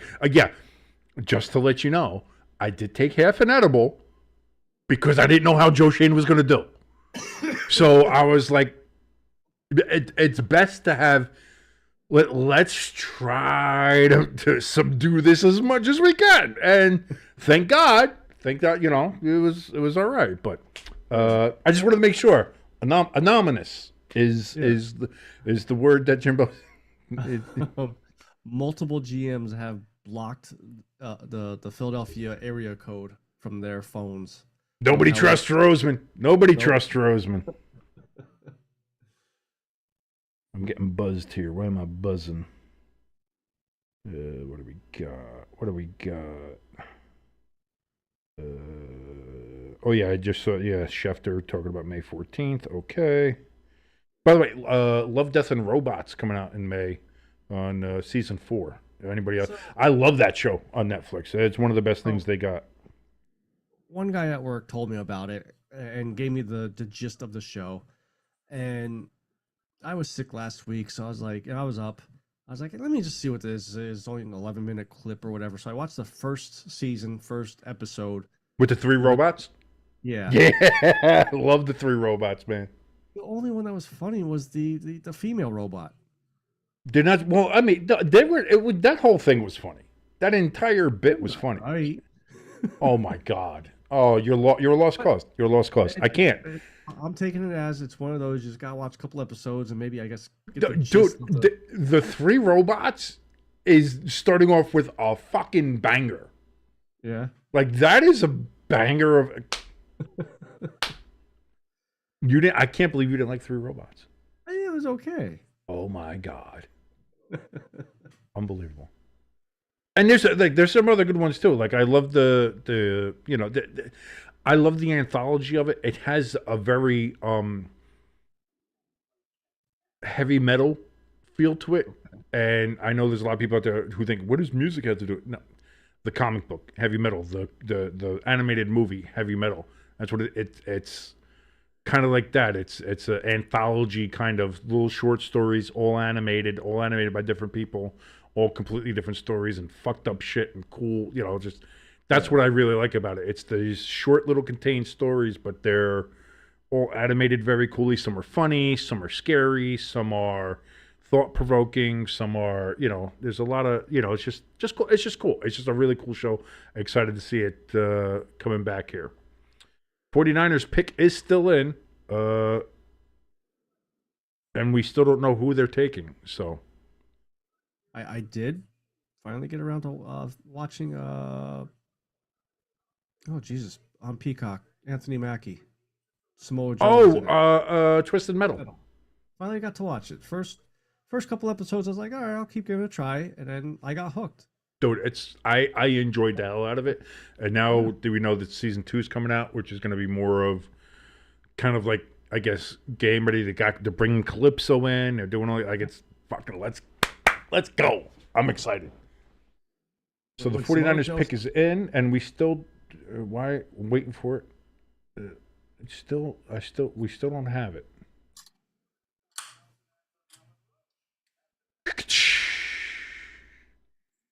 Jimbo starting early on his birthday weekend. Yes. I said we'd sing happy birthday to you. The night's not over yet. Giants did give me a shitty birthday present. No, they gave you a great birthday present. The fact that we can have a fucking rivalry now again, maybe, hopefully, fingers crossed. Who knows? It could be Thibodeau 2.0. The 49ers have selected. Wow. Is Twitter frozen or is just? I mean, even ESPN's website still has the pick is in for the past 10 minutes. I'm waiting to see. Like, it's rare that the Twitter insiders here don't have the pick before us. Michael Williams, edge rusher from Georgia. Michael Williams from Georgia goes to the 49ers at number 11. Is it Michael or Mikel? I'm going to say Michael until I hear somebody else say it differently. But since I have everything on mute... Michael. Michael. Yeah, it's Michael. It's just a different way to spell Michael, I suppose. No, that's how Goodell just called him. Michael. Michael? Yeah. He's Michael Williams. Like Martin Broder for the Devils. We got Michael Williams. I don't care what he's a. I am Mikel. No, you're not. You're Michael. So the Niners finally do get their pick in. At least we finally do get to see it anyway. And now the Cowboys are on the clock. And their time is up. The pick is in. Down to a minute. You saw it was already down like 45 seconds, and it was like, oh shit. So pick 12 for the Cowboys. It is in, apparently. I didn't even get a chance to get the thing. There we go. Cowboys on the clock at 12, but they're in already, so it doesn't matter. Let's see who the Cowboys are going to pick.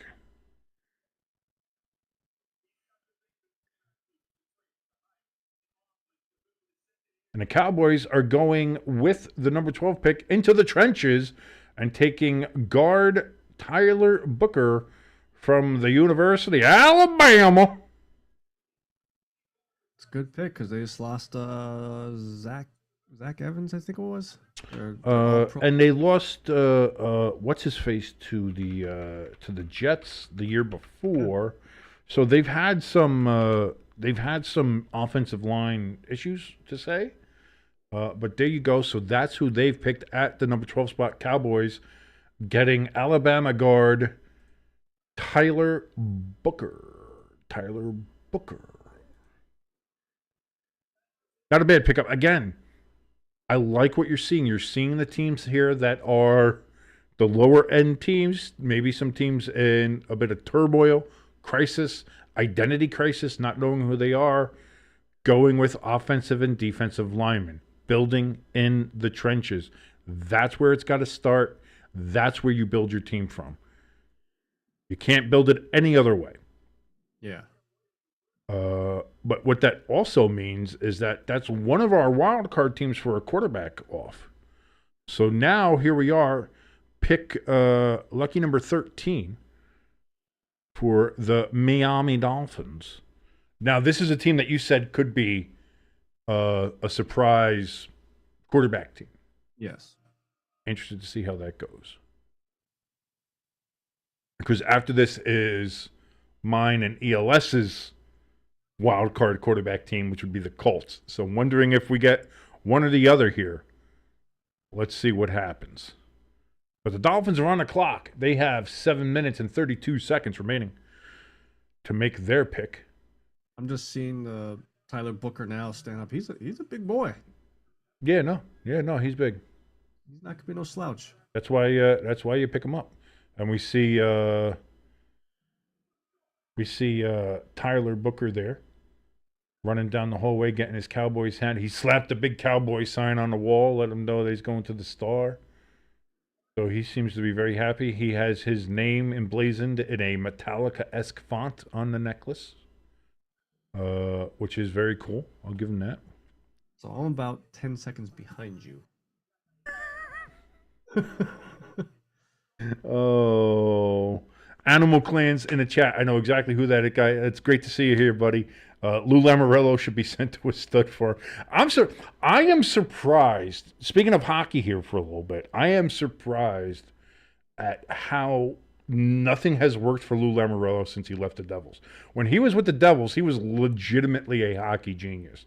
3 Stanley Cups, 4 Stanley Cup Finals. The Devils were perennial contenders. And at that time, they had started to fade, and maybe that was something to see. Maybe the game had passed Lou by. I don't know. But, yeah, since he went to the Devils, he went to Toronto, didn't do well there, went to Long Island to be general manager and advisor to the Islanders. Did not work out there either. They finally let him go there. So, interested to see, man. Like, how did the downfall of old Lou Lamoriello there happen since he left the Devils? But we'll see. By the way, the Devils are playing tomorrow night, not tonight. So you get that little 2-day break there. But great to see you in your Animal Clans, man. It's funny because when I signed into ESPN, the website, it popped up, who do you think is going to win the Stanley Cup? And it gave me every team but the Devils to pick from.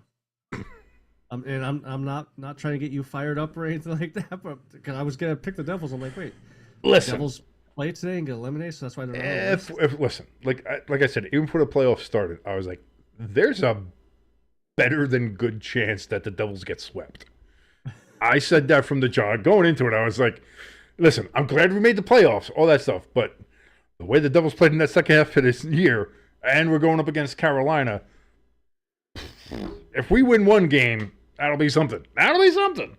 But we'll see. Down 0-2. We're coming back up here to Newark tomorrow, so we'll see. We'll see. I don't know.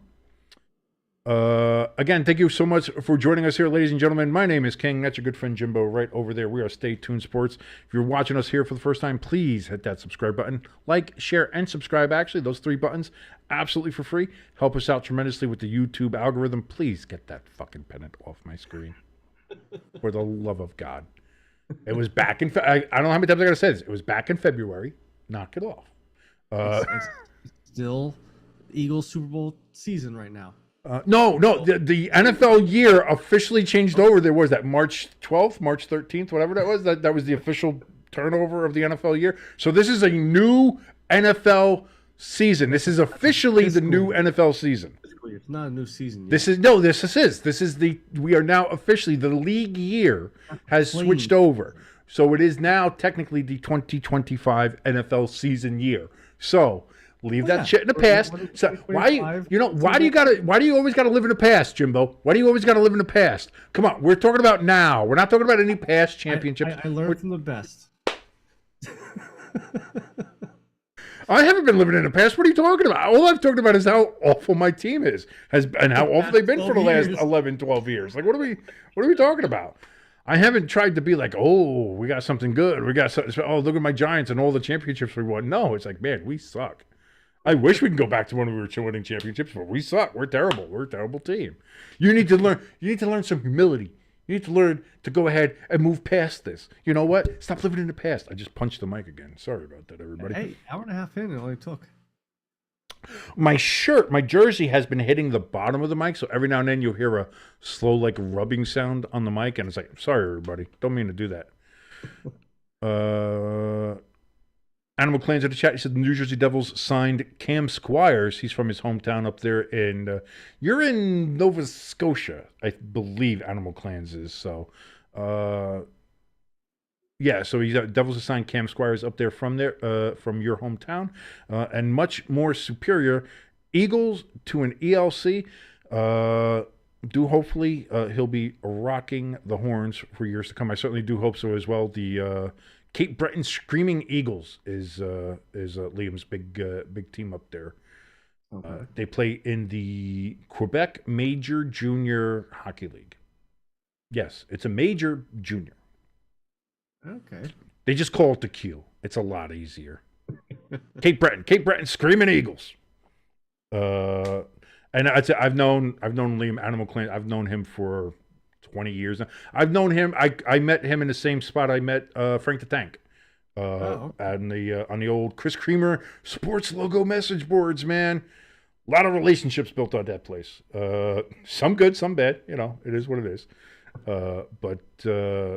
You know, listen, when you hear me start going off about how the Eagles are dark teal instead of green, and about different uniforms and colors, and how I know hamster with that and all that stuff, that is, I mean, this is not something new. This, you know, I've been a uniform and logo nerd my entire life, so that is what it is. Oh, Liam says they dropped the Screaming Eagles in 2019. Listen, they were always going to be the Screaming Eagles to me, man. It's offensive.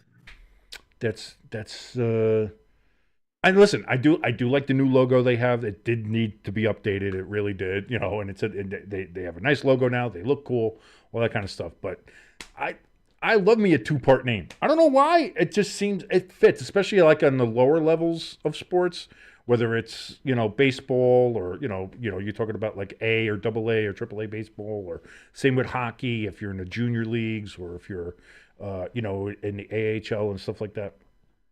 The double name, you know, Screaming Eagles, you know, Rumble Ponies, Rail Riders, Philadelphia Eagles. you know, what'd you say? What? Super Bowl champion Philadelphia Eagles. You said multiple. No, names I said together. I said it like a again, you just. Hey, the Giants took my joy away from tonight, so I gotta find a different way to be joyful. See, the same way. See, me and Lee, we're 100%. He says we love the new logo, but we all prefer the old name. Yeah, see, I would be a great Canadian if I wasn't American.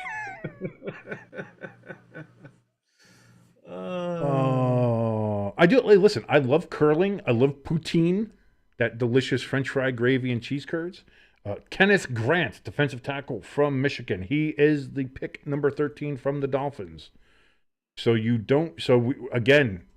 have a bit of a quarterback drop here, man. I'm telling you. I think that was one of the players Philly was looking at, hoping that he would drop all the way down to them. Or I guess maybe us move That's up. a long way to drop. I mean, again, when you're Super Bowl champions, you're really at the end. You got to, if you really want somebody, Yeah. you're probably going to have to trade up. Yeah. So there we go. The Miami Dolphins. They go ahead and pick up Kenneth Grant again, defensive tackle, Michigan. So that's two Michigan defensive linemen gone in this draft already, I believe. Yeah. So we have Big motherfucking boy. That's a big dude. He is. Holy, like he's not just Right over nose guard too. Nose guard, big and fast. Ran right over that center. Yeah. surprised the Packers didn't try to move up and get him to stop the tush push. Big dude, big dude. So now we got the Colts on the clock. Will they pick a quarterback? It says the pick is in for the Colts, so we're going to see here. So We get a little. So the Dolphins get defense. I thought they might have went offensive line, to tell you the truth, but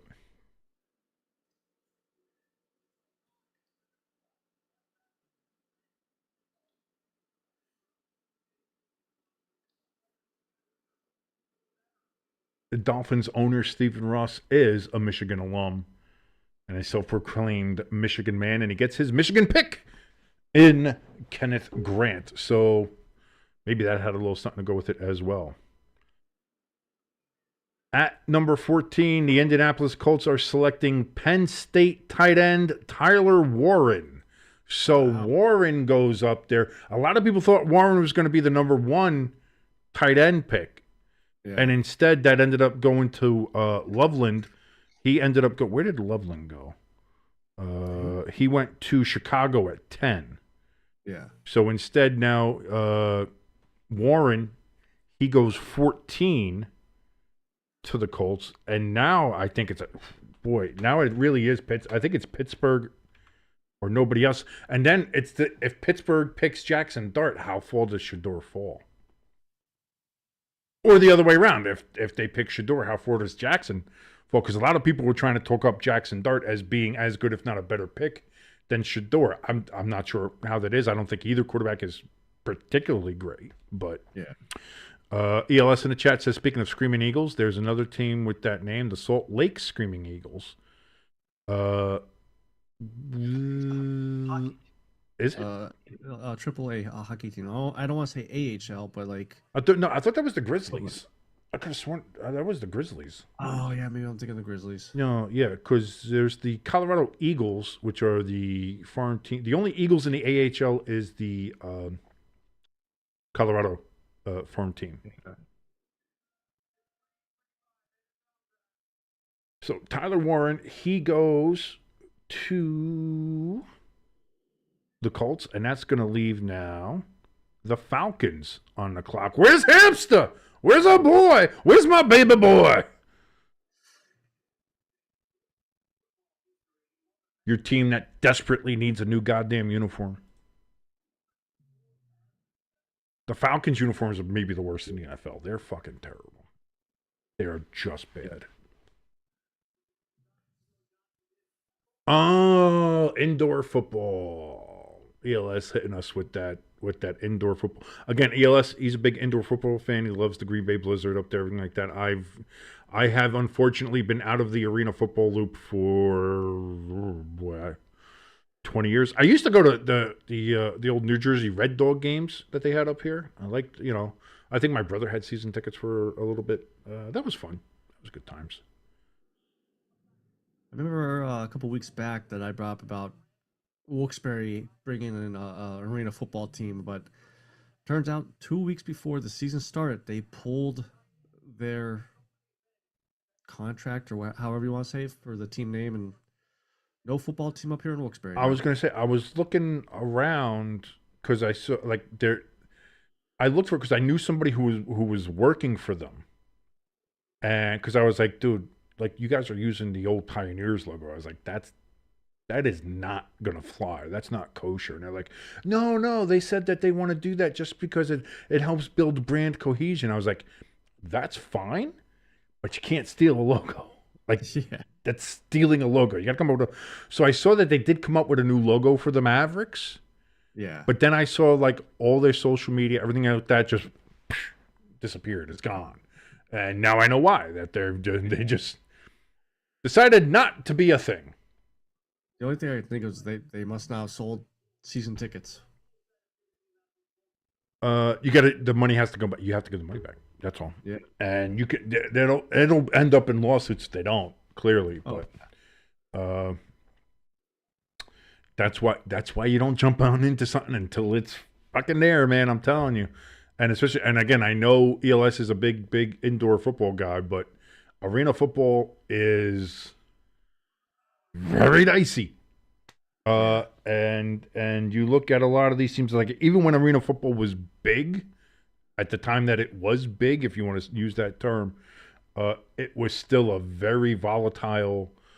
Teams were folding and moving and being reestablished and coming back and folding mid-season, and like it was still a fucking mess. So, I mean, that's it. I remember the days with, I grew up, like, you turn ESPN2 on at like 11 o'clock at night and be watching the Arizona Rattlers versus the Orlando Predators and the Memphis Pharaohs. And like, it was, I'm sorry, like early arena football was cool. And then they started getting a little bit bigger. You had the New York City Hawks, and you had the New Jersey Red Dogs, Cleveland Gladiators. You sure that wasn't supposed to be as racist as it sounded? I just, it just came out that way. Was not the intention. Jesus Christ. God, if we weren't we're not monetized yet because we don't have that many subscribers, but if we ever do, we'd be like, we're like pre-demonetized because I just happen to slur a word. But yeah, I enjoyed it back in the day. ELS in the chat says Green Bay Blizzard, they've been around for 22 years. Established in 2003. So they've again, you've had some of this. And again, I believe that the Orlando Predators are still out there. I believe the Tampa Bay Storm, one of the dynasties out there, the Iowa Barnstormers, and the Arizona Rattlers, I believe they're all still out there. But, a lot of them have had to jump in and out of other leagues and back and forth and trying to keep it going. So, like, that's what I mean. There's like 20 different damn indoor football leagues. That's the biggest problem, I think, with it, is there's so many, so it's hard for you to... It's the arena football world. I don't know if it's that it's mobbed up or what it is, but it seems hard for anybody to get any kind of cohesion or anything to get an actual solidified league going again yet. So, I would love to see arena football come back in a way. I thought that was a great variation on football for the spring and summertime. I know we have spring football now with the UFL, but I think arena football could still be its own thing. The Storm the Storm doesn't exist anymore? No. The Tampa Bay Storm were a dynasty, man. An absolute hamster. Great to see you back here, brother. Just in time. I was going to say your team's about to pick. I mean, well, your first team picked number 1 overall, and now here's your other team. You little turncoat. I'm on here all the time talking about how, like, I root for the Jets too, unless they're playing the Giants, great like that. Like, we always talk about other teams we might root for or things like that. But meanwhile, we bust his balls for it so terribly. They're taking a look over at Shedeur Sanders, still waiting in the green room. Hopefully, the Falcons draft Sanders as a backup.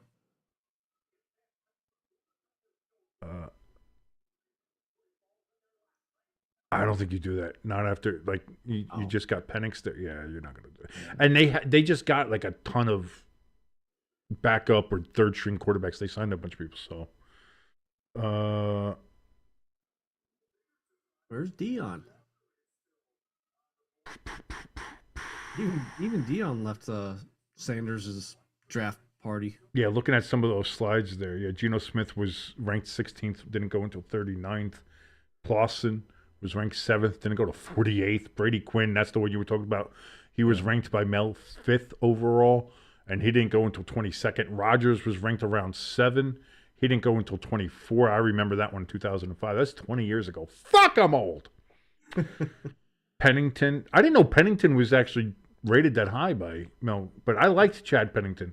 When he played for the Jets, I liked Pennington. I thought he was a good quarterback. Injuries fucked him up, unfortunately. But the Falcons say their pick is in, and they are taking somebody to go ahead and stay right at home. The Falcons have drafted defensive end Jalen Walker at number 15, according to Ari Merifair. Defensive end Jalen Walker from Georgia. doesn't have to go for it. Doesn't have to change his colors. Red and black, red and black. That is where they are. So the Falcons have made their pick. And again, going defense, we have seen defense and offensive line dominate the early portion of this draft tonight.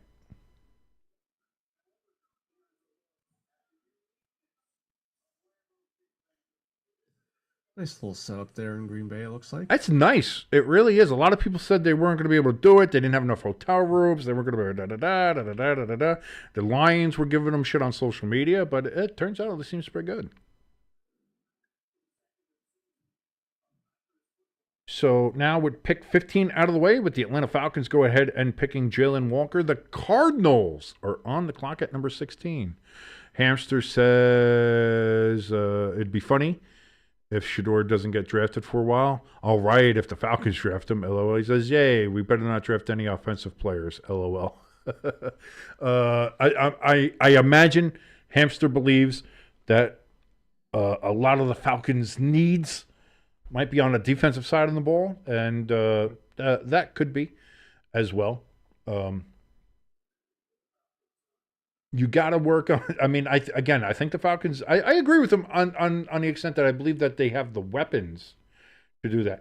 Maybe picking up some offensive linemen wouldn't be bad, but I think offensively the Falcons are okay. I will agree with Hamster on that aspect of it. So we do see Jalen Walker there getting his Falcons hat. He's excited. Look at how excited he is. Wearing his suit, wearing his nice chain, and then puts a baseball cap on. I know why the NFL does it, because of the whole merchandising thing, but like it'd just be like, hey, I got a hat. Thank you. Yeah. If I was dressed up like that, if I have that, plus he's got the fro, so it's hard. Like trying to put that on the fro while you're all dressed, like you're messing up the. You don't fuck with the do, man. What are you doing? He might be a visor guy. You hate visor guys though, but even a visor, trying to get a visor over an afro is, man, fuck that. Because then not only that, but then it makes it look weird. It looks like you look like a nuclear bomb going off your fucking head. Like it's just Yes, Hamster, we do know the Georgia defense is known for producing their NFL talented players. As the entire Philadelphia Eagles fucking defense is basically the back-to-back Georgia National Championship defense. So ELS says, as a fellow Wisconsin resident, it's awesome to have the draft in Green Bay, but I'm avoiding Green Bay during the draft because traffic is going to be hell. I'm sure that was the thing people were saying. Obviously, Green Bay is a small town. I think it's only like 600,000 people, which is by far the smallest major professional sports town in America. So the infrastructure there is not exactly major city-esque. You're not New York, Chicago, LA, Houston, any of that stuff. So there it is, Hamster. Thank you so very much. 98 days until the Hall of Fame game. Until we get the Chargers and Lions. But like as we even found out last year with the whole Brazil game, that the Packers, especially if they do like the international games for the international flights, they have to fly from Green Bay to like either Milwaukee or Chicago, and then take an international flight from there because Green Bay can't handle the international size jets. So I mean when people talk about Green Bay being like, a tiny town. Now, again, 680,000 people is not small by any means. We've all seen and lived in smaller documented places. But it's when you're talking about major market sports cities, New York, Boston, Philadelphia, Pittsburgh, Chicago, Los Angeles, Denver, Seattle, Phoenix, Houston, Dallas, Miami, Tampa, So Green Bay falls pretty small on that list, Yeah. What'd you say? So basically 31 out of 32 teams. What do you mean 31 out of 32 teams? Well, you were naming all the teams, and I basically said 31 of the 32 teams in the NFL are major markets. The way you were not all of them are major markets, but all of them are bigger than Green Bay. You know. Hamster asks, is the schedule coming? No, the schedule's coming out May 14th, I believe was the actual date. May 14th. So you'll have to have 2 calendars, one for Atlanta, one for Tennessee. Circle what dates you like. And yeah, you got to know when you got to jump over. You're going to get a little puddle jumper or something like that. Okay, so I can watch Tennessee for the 1 p.m. game here, and Atlanta here for the 8 o'clock game. I already had my gummy hamster, so you know, and Joe Shane didn't fuck up, so I'm good. I'm good. ELS is he is 78 miles north of Green Bay, so you're in Canada. Okay, I got it. I got you. Oh, Canada, our home and native. Okay, enough of that. Just look at it. Look at how excited I am. The fact that Joe Shane didn't fuck up. I'm even singing the Canadian national anthem. Those fuckers booed us, and I'm singing your fucking anthem. Assholes. Not you, Animal Clan. You're still cool. You're one of the good ones. You're one of the good ones. Can't wait till the new South Park season comes out. That's going to be interesting. The Cardinals say their pick is in. Let's see. Is it in? It is indeed. They are taking Ole Miss defensive tackle Walter Nolan. Oh, okay. So again, defensive lineman. This one going to the Arizona Cardinals as they draft line as well. Defensive lineman. That's another player that Philly was linked to. Not anymore. The only other player that I've seen that Philly was linked to is the Penn State safety, which would make sense because we traded Gardner Johnson away. No problem. I'm sure my approval of you as a Canadian is all you were waiting for. No, seriously. Like I was talking before, I really am. I'm seriously this close to being Canadian. The fact I love curling, I love poutine. Obviously, I love hockey. I love cold weather. Canadian girls are gorgeous. You know what I mean? It's you know, it's everything. If it wasn't for you know, high taxes and especially with my diabetes, healthcare that might be a little you know, well, you can see a doctor, but you know, might have to wait a while. You know, it is what it is. It is what it is. I think I would make a good Canadian. Hey? Yeah, I'm very large. You know, I got the beard and everything. I got a little bit of, you know, I got the little bit of that Northman beard there. I love Canadian beer. Get a little moose head. I always like Labatt Blue more than Molson. That's just going to be me. That's all I'm going to say. I did see earlier this week you were flipping off a company a coffee company brand. That's Timmy, and I love Timmy's. I do love Timmy's, but you know, there's been some bad blood. There's been some bad blood. So hopefully we can soon put all that ugliness behind us. Yes. And do all that. But oh no, the Maple Leafs scored 1 minute into overtime. Have taken a 3-0 lead over the Ottawa Senators in their playoff series, which is a shame because I really hate the Maple Leafs. I really don't like the Maple Leafs.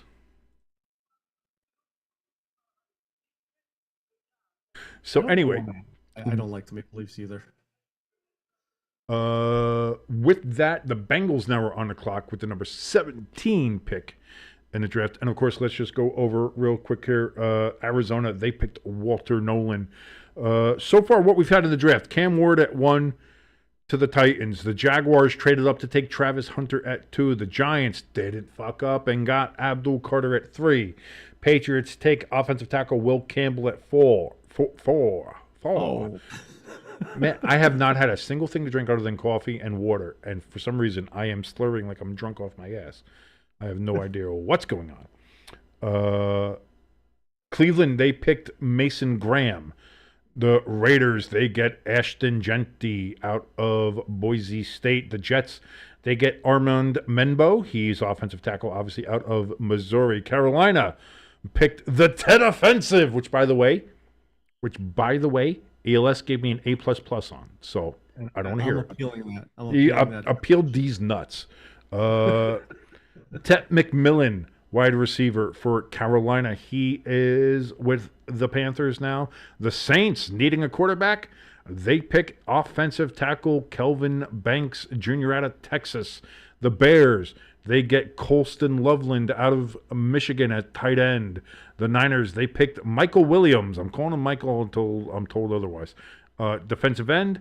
Dallas, they picked Tyler Booker, guard. Miami have picked defensive lineman Kenneth Grant. The Colts, they picked Penn State Tyler Warren, Penn State tight end Tyler Warren. A lot of T's in there. I fucked that all up. Yeah. The Falcons, and Hamster was happy to see, they got defensive end Jalen Walker from Georgia. He doesn't have to move anywhere. Doesn't even have to change any colors of all his apparel and stuff. Red and black is red and black. You're pretty good. The Cardinals, they picked defensive tackle Walter Nolan, and now here we are, pick 17 with the Bengals, waiting for them. Hamster says that I'm not allowed to watch our sport if I move to Canada. First of all, fuck you. I can do what I want. Second of all, like, I watch hockey down here. If there's any sport the only sport more Canadian than hockey is lacrosse. And I watch lacrosse too, so I don't care. Plus curling, which is really Scottish, but the Canadians have, beaten the shit out of everybody in it. Except for 2018, gold medalist, USA. Just want to say that. Yeah. We were the underdogs in that one, weren't we? What's that? Weren't we the underdogs in that whole? We always are, especially in curling. Fuck yeah, we were. Yeah. But especially with Schuster, because Schuster had fucked up so many times. Yeah. But not in 2018, man. Not 2018. Brought it home. And not only that, but you have Canadian football too, which is just American football, just a little elongated, and they have the Rouge, which is and you can get a running start, and which is what's in the UFL anyway. So that's. The Rouge, is that the one that you kick a... If you miss a kick and it goes out of the back of the end zone, if a kick of any kind goes out of the back of the end zone, you get a point. So you can kick for 3 points, but if you miss it, you still get a point if it goes out of the back of the end zone. I think the NFL should adopt that rule. I like that rule. You think? Yeah. Make kickoffs interesting, and you can get, all of a sudden, if you just need a point, you just kick that son of a bitch out of the back of the end zone. And so you get the point. Then what happens? Like, do you kick again because you scored? No. I don't think so. I think it would be it would be a touchback still. Okay. Yeah. Well. Again, I don't know the exact rules of it, to tell you the truth. Like if you were able to kick it, like let's say you went for a field goal, you kicked the Rouge, but you missed the field goal, but it goes out of the back, so you don't get 3 points, but you get 1 point. I think at that point you kick it off. Okay. I don't know if it works for a kickoff. That's it. Liam, help me out with the rules here. Again, I need a native. What did Harbaugh do this past season with the kickoff? There was one play. It was like late in the first half, almost halftime, and he kicked it through the field goal, like kicking the ball off like to the other team, and it went through the post or something, and he got... Yeah, people do that all the time, though. But he got points or something like that. No, not in the NFL.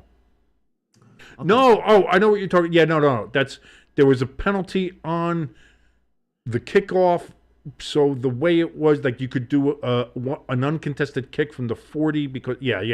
That was a whole thing. I'll go into it. Yeah, but that was actually it's a rare rule, but it has happened. It happened like in the last 20 years too.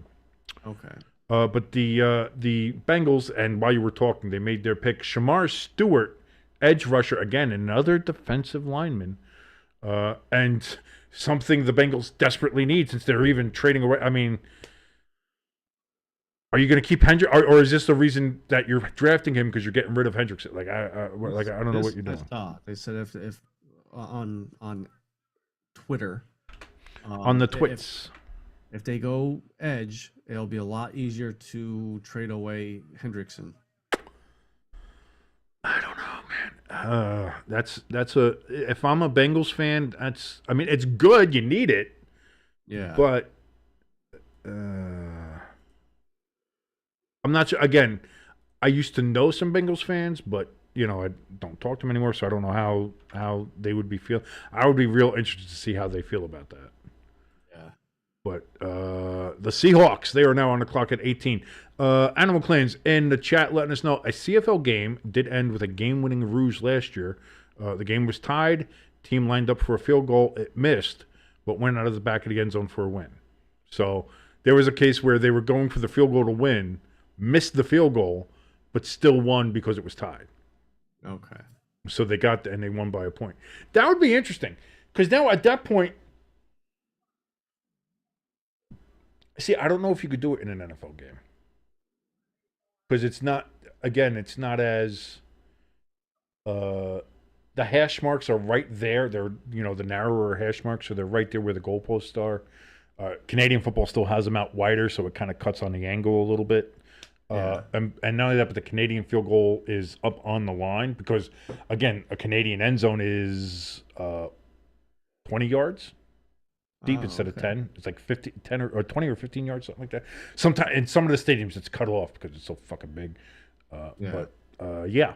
So, like, it's an interesting strategy there in Canadian football, but I don't know if it could work in American football. Also, you have to line up. I know you have to line up a full yard off the ball if you're the defense. So, like, you can't line up on the ball. How, like, in American football, the neutral zone is just the length of the football. Yeah. In Canadian football, it's where the football is plus a yard.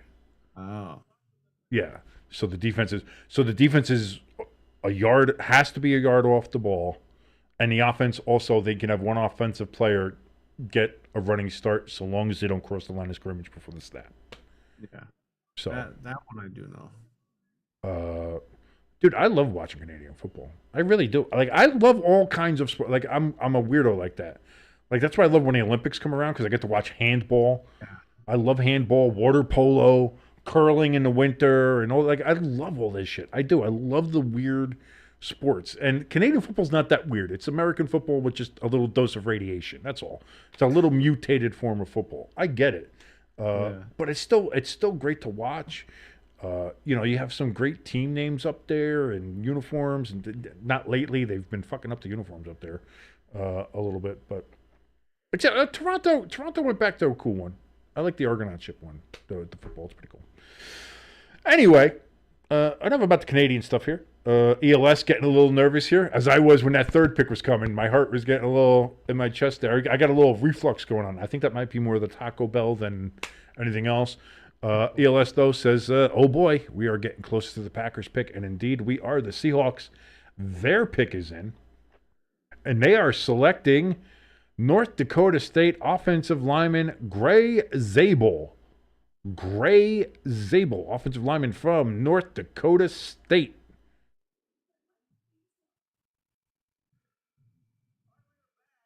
Perennial national champion contenders there in Division 2. Is it Division 2 or Division 1? No, yeah, because it's the. No, wait, is it? What?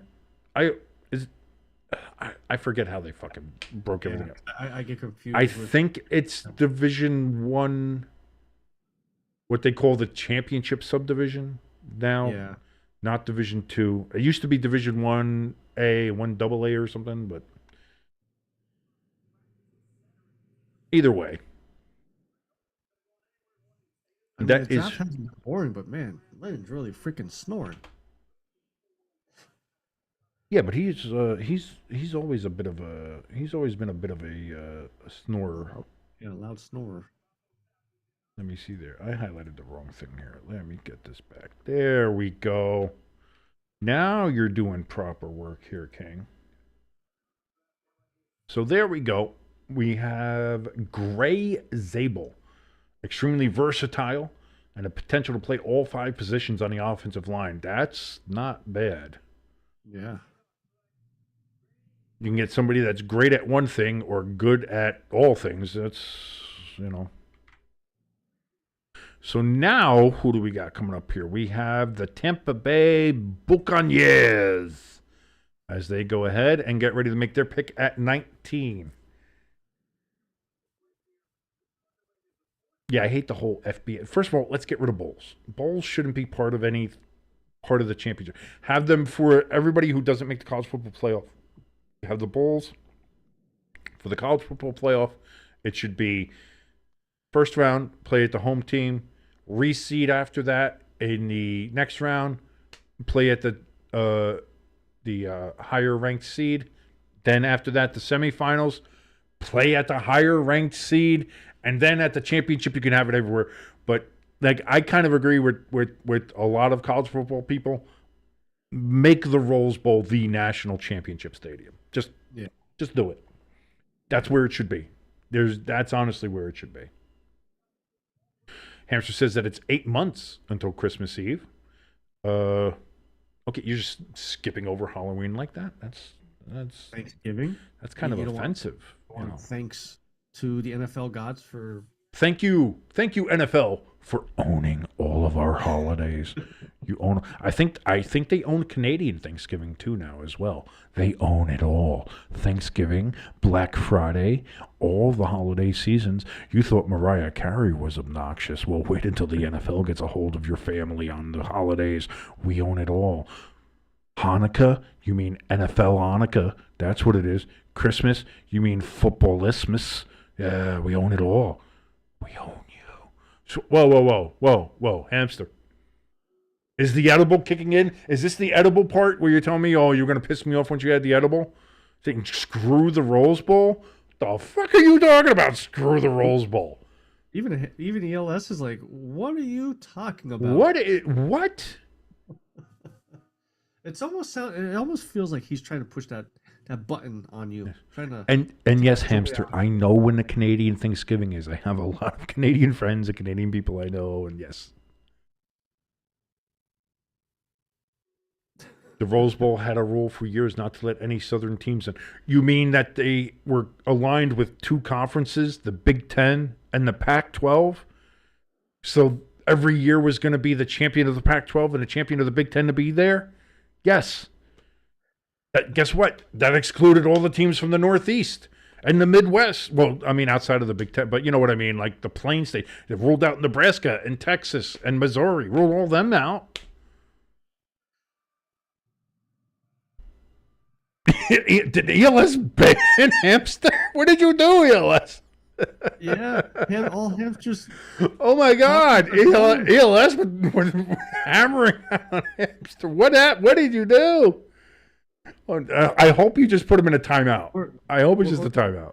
Or did Hamster block us? Oh, there's no way Hamster blocked us. Because like all his comments are gone in the chat. That's what I mean. Well, because that's it. If ELS times out somebody or boots them, it all gets deleted. Oh, okay. So, Liam in the chat, Canadian Thanksgiving is Columbus Day around us. So yeah, that's the generally what you're looking at there. Which again, part of me wishes I could just jump over the border. I can go over and have Canadian Thanksgiving, and then a month later have American Thanksgiving.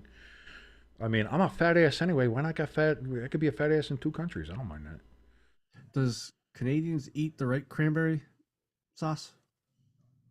I don't know. That's gonna be up for Liam to say. I don't know. Because we all know what the right one is. Yes. Yes. So that's fine. And yes, ELS. Oh, thank you for only giving him a minute. But it's a funny joke. I'm glad it was done in jest and not as anything like that. But that's pretty funny. Hamster's gonna come back. He's gonna be so pissed. There he is, bro. That's horse clap to get a timeout for disagreeing on a vote. Oh my God. I'm sorry. I love you, man. I do. I could just see him there being so pissed. This motherfucker gave me a timeout just because I said I didn't like the Rose Bowl. Well, this motherfucker. He was Jim Carrey from Bruce Almighty. Hamster, we love you. No, ELS, don't ban anybody. Don't put anybody in timeout for stuff unless it's like, necessary. But for the moment, that was pretty funny. You get one. Everybody gets one. ELS, that's your one.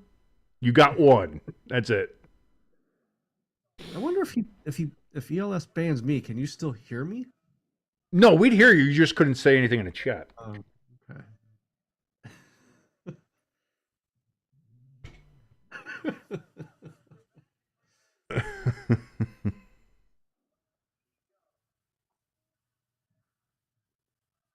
Liam says it's always been puzzling that America's two biggest travel and gathering holidays are only a month apart.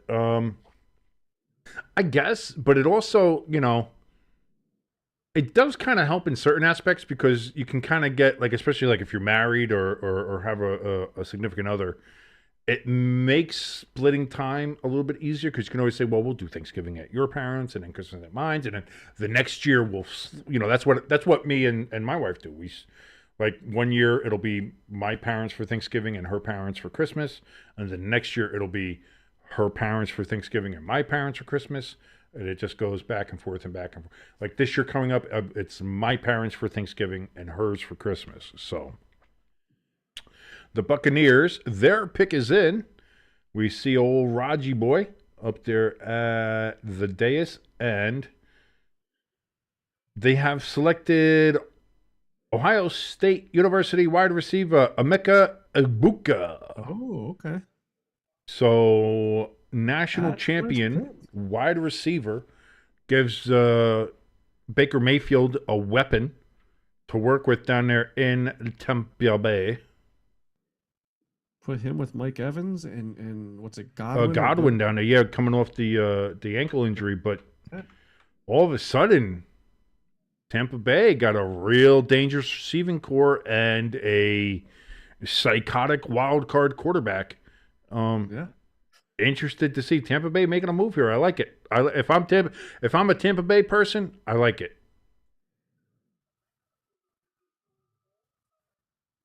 I just realized I had the speaker on here. That's not good. I'm keeping everybody.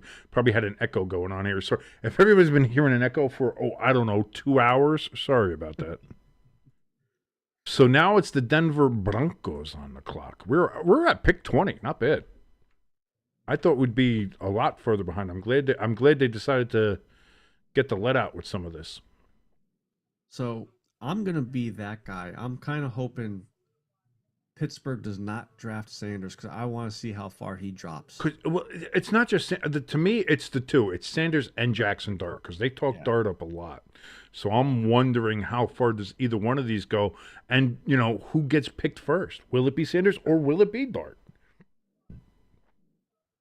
Hamster in the chat letting us know that he does have a Halloween countdown indeed going. Don't worry, thank you so very much. I'm a big Halloween guy. I like the spooky stuff. Going to see Ghost, by the way, in July. I think it's in Philadelphia. So gonna enjoy that. They got their tour. Their album comes out tonight, midnight. I really want to listen to it, but I did promise the wife that I would wait and listen to it with her. So I will be waiting, as much as I don't want to go ahead and listen to the new Ghost. Maybe I'll celebrate my birthday by listening to it. There you go. Hail Satan. Happy birthday. Animal Clans in the chat. Our Canadian Thanksgiving is pretty much the same as far as food goes. Turkey, fixing, sweet potatoes, pumpkin pies, and CFL doubleheaders. See, as the NFL owns American Thanksgiving, the CFL owns Canadian Thanksgiving. And as it should be. I think when you have like a massive feast-based holiday, it has to have football. Really sports of some kind. Like, that's why I like having either, whether it be football or hockey. I love that hockey has taken over New Year's Day as a thing. I know college football is still obviously big and everything like that, but having the Winter Classic on New Year's is nice. It's a nice new hockey tradition, especially here in the States. Really cool. I like that. I like those kind of things. And yeah, it just goes. You get fat, you eating turkey, you get sleepy, you fall asleep halfway through the second game because it's either bad or it's a bad match. I mean, Jesus Christ, that Giants-Cowboys game this year was, oh my God. I would have much rather have watched, the Winnipeg Blue Bombers versus the Hamilton Tiger Cats, 1,000%. And I have no idea if they played on Thanksgiving. If they did, I'm a fucking psychic. But that would be cool. That'd be cool if I just pulled that one out of my ass. With us cooking dinner here because of the situations. Put yourself in a food coma. You don't have to worry about driving home. You're already home. That's it. ELS in the chat. Imagine if Sanders drops down to the third round. That would be huge. I don't know if he'll go that far. No, I think I think it could be second round. Yeah. I think it could be. I don't think it's out of the realm of possibility right now. Will somebody pick him up in the meantime? Maybe, but I don't know. Hampson in the chat. We are halfway officially to Halloween. They always have NHL triple headers that day because I'm like, why is hockey on at noon on a Monday? That's true. Yeah, no, they do hockey on like the Columbus Day weekend or the Columbus Day here in the US, and they do that.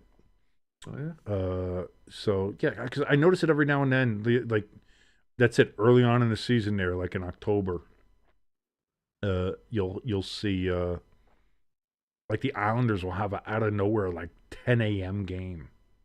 Huh. Out of nowhere, it's like, why are the Islanders playing at 10 o'clock in the morning? What the fuck is this? This is dumb.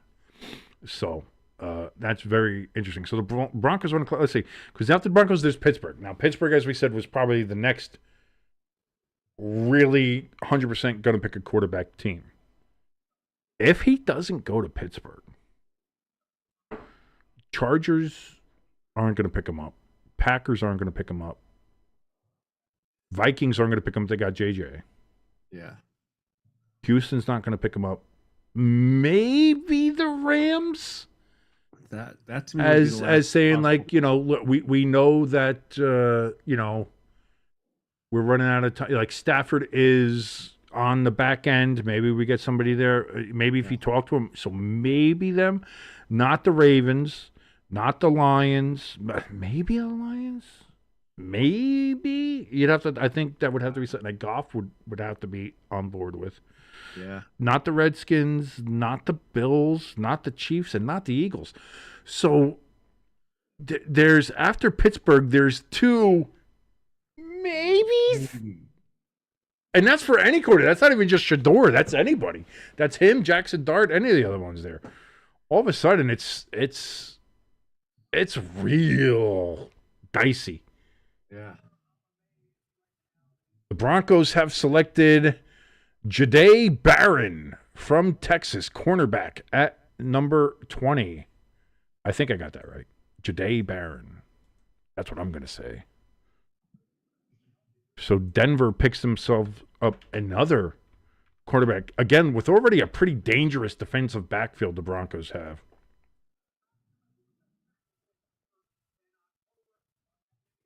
And now they got another one. The Broncos might be one of those teams where we've always been waiting for like the Chargers to make that move against the Chiefs, maybe the Raiders to finally make that.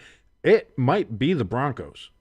The Broncos might be that team to finally knock the Chiefs off and win that division. Yeah. And, you know, if the Chiefs, because I can't really remember what they did with free agency as far as their offensive line, but if they don't shore up that offensive line, these teams are going to eventually catch up to them. So here we go. The Steelers are on the clock on pick 21. I gotta check Facebook real quick, see if my sister posted anything yet. Animal Clans in the chat says, which team will be going for a dart? Which, in case you don't know, and I know you don't, Jimbo, a dart is a Canadian slang term for a cigarette. Oh, okay. That's what they call. Because I remember the reason I know this, and I, as somebody, I'm very ingrained in like Canadian culture. I love hockey, curling, all that stuff. You know all that. And I also was a smoker for a very long time. But for the life of me, I had never heard of a dart. And then during I think it was 2017 playoffs, the Maple Leafs had Dart Man. Okay. And it was just a fan painted up blue, had a maple leaf painted on his face and all that kind of stuff. And he just walked around. He was in the arena and he just had a cigarette hanging out of his mouth. And he started calling him Dart Man. I was like, Dart Man? Why are you calling this guy Dart? Is he shooting darts? Like, what the fuck is he doing? Yeah. And that's when I found out that in Canada, Dart means cigarette. Kind of like how in England, fag means cigarette. Yes. And again, if we were monetized, we'd be demonetized right now. But I was talking about a cigarette. But the same thing. It's, you know, I don't know why they just can't say cig or cigarette or whatever. Like, I don't know why everybody's got to come up with all these different things. But, you know, I guess with the English term, like originally meant bundle of sticks. So I guess I understand the etymology. I understand how that can, that can work for one thing. Not sure about the dart thing with the Canadians, but Hamster thinks he thought Canadians just said, smokes, let's go. Hey, Trevor, smokes, let's go. Get him. I told you so. I fucking told you so. That's what the Canadians have given us. The Canadians have given us Trailer Park Boys and Letterkenny and so many other great comedic moments. Red Green show. That's Clearly, right, yeah, Red Green, baby. I saw him live twice down at Kirby. And I've always wanted to go, and I didn't get a chance to go, and I kick myself every time for not doing it. He always said that he never cursed in his stand-ups, and he said he never understood why comedians do it. You don't need it. I fucking do.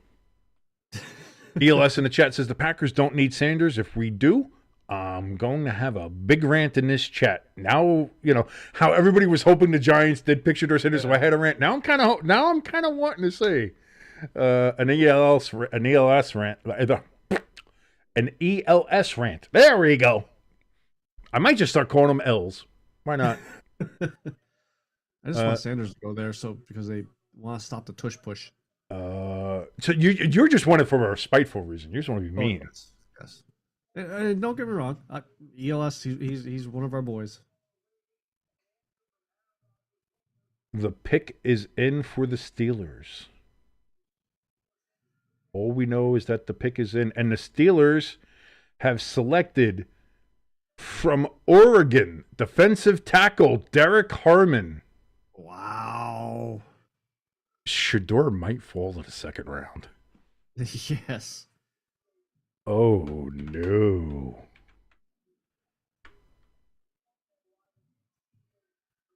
Wow. People were saying that he interviewed badly. And some people, apparently there was an anonymous assistant GM or somebody that came out and said it was the worst interview I've ever been a part of.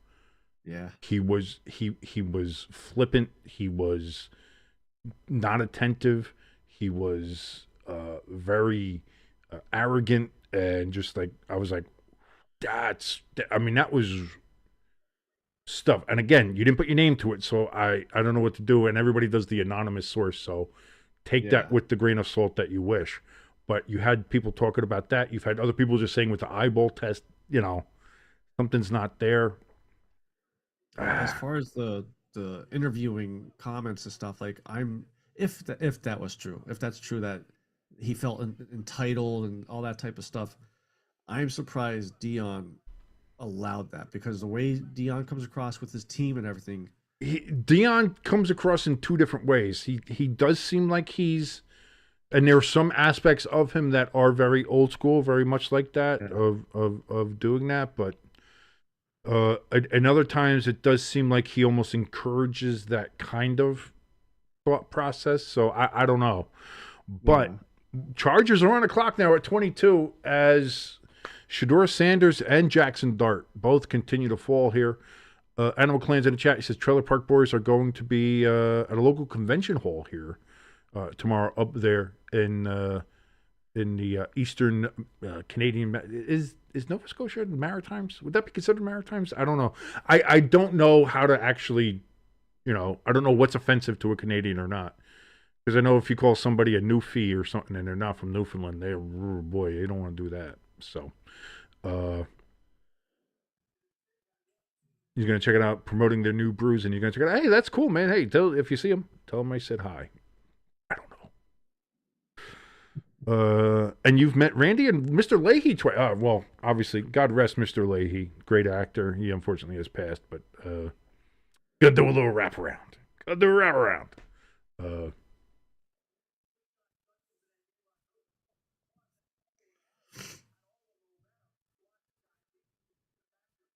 Hamster saying that, but Shador Sanders, he got his jersey retired. How could you not want somebody who had their jersey retired?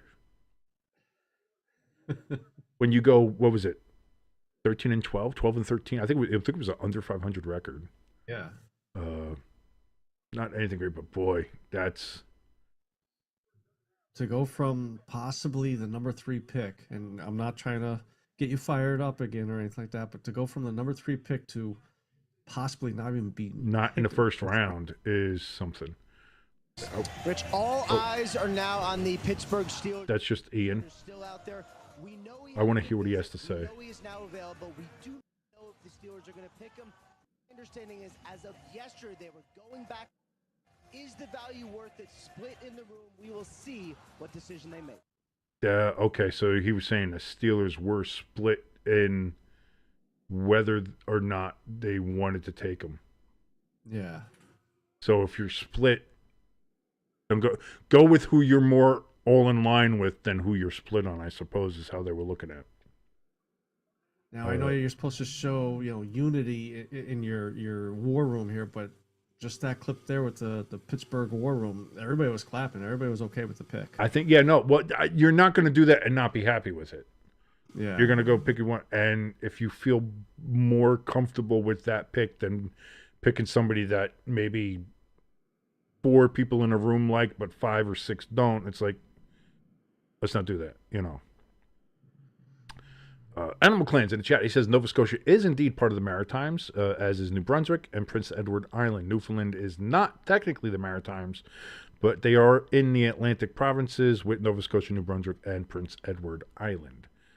Oh, thank you so much for that. I didn't, I knew it was over there, but I don't know the exact nomenclature that I know some people would want to do or not. But Canada's not that good. I'll say that. I like Canadians. I do. Every Canadian I've ever known has been cool. I know Liam, cool guy. The guy, we were talking about the sports logo message board. Chris Creamer, cool guy. Love that guy. Granted, he has a porn star name, but it's amazing having a porn star name, but just being a logo nerd. But again, cool guy. Oh, why am I repeating here? Check. I got you. Yeah, no. I was doing an echo and I didn't know why. I was on your side. I didn't hear no echo on. Yeah, it's you. It's all your fault, and I don't know. But yeah. Anyway, what the fuck was I saying? Canadian good guys, Chris Creamer. Oh yeah. So every Canadian I've ever met is a cool guy. So I would not mind going up to being a Canadian, and it's not it's not confusing. You know the provinces. You go to Montreal, you go to Quebec for the strip clubs, and the poutine, which is very nice. The poutine and the pootie tang, very good in Montreal, wonderful. They will, if you don't speak French, they will hate you, but they're fucking French. They hate you anyway, so it doesn't matter. The French Canadians hate French Canadians, so who gives a shit? Ontario is more than just Toronto, believe it or not. You can go around. Northern Toronto, beautiful, lovely wilderness, good communities, hiking up there, and woodlands, very nice. A lot of lakes out there. Then you go more further west, you get your Manitobas, where you get your Winnipegs and stuff like that. Very wooded, very Minnesota-y there. It's basically Minnesota is lower Manitoba, and Manitoba is upper Minnesota. It's really, it's how you want to go. North Minnesota, South Minnesota. Yeah. Then you get like Saskatchewan and Alberta. Those are like the plain states. Those are what they consider Canadian Texas, especially Alberta. A lot of oil in Alberta, stuff like that. Yeah, it's not that hard. So we go. Chargers still on the clock. They got 2 minutes and 25 seconds remaining. Liam in the chat, as you just say, we call ourselves Nova Scotians or Blue Nosers, named after our most famous icon, the Blue Nose, a famous clipper ship. So famous, it is on a Canadian dime and only the Nova Scotia license plate. There you go. We're learning something there. I didn't know that. I like learning shit. I've learned something new today. I've learned 2 things today. I've learned what Blue Noser means, so it makes sense. And I've also learned that Joe Shane can actually do a draft without fucking up. There are 2 revelations today. I've learned 2 things, Jimbo, and it's always a good day when you learn something new. You may have to go back with this live here and clip out your The positive reaction, comment the Joe reaction Shane. when it happened with Joe Shane. Yeah. I was There just we so excited they didn't fuck it up.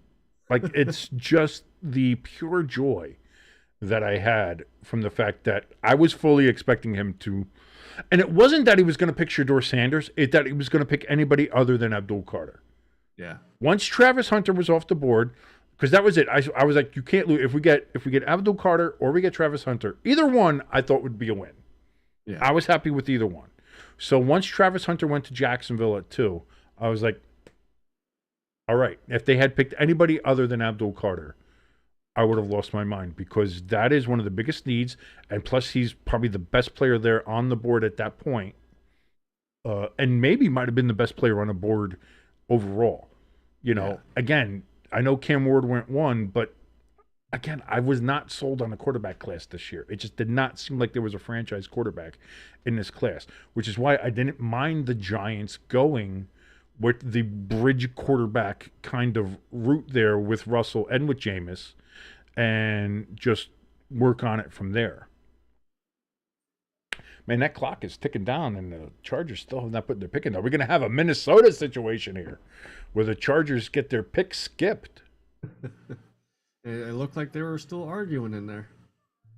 6, 5, 4, 3, 2, This is a good trade. 1. There is no more time. The time has expired. And they say the pick is in. Wow. So I don't know if the pick is in or if ESPN just doesn't have a graphic for this team fucked up, so we don't know what to do now. Refreshing Twitter here constantly and not seeing any updates, so I have no idea what's going on. We see the Shador Sanders camp there in Boulder, Colorado. It seems to be a bit of a somber room. This kind of looks like a political rally on the losing side. It's just a lot of long faces and a lot of people that went there to celebrate, but it's not exactly a celebratory mood right now. Still nothing on the Chargers.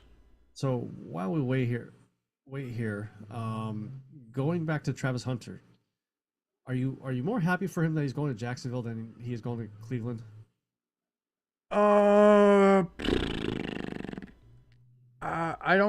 don't know, because I'm gonna be honest. Now, clearly, I think everybody likes shitting on Cleveland and all that kind of stuff. It's fine. Especially apparently Crafty Southpaw was having a blast in here before, just reaming Cleveland. Weather-wise, I'm sure it's better.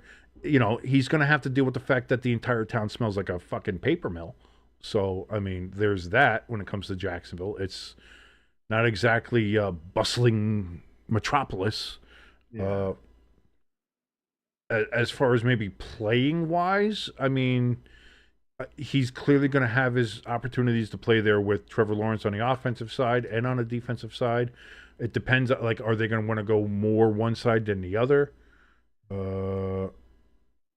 Still waiting for the Chargers pick and still not getting anything.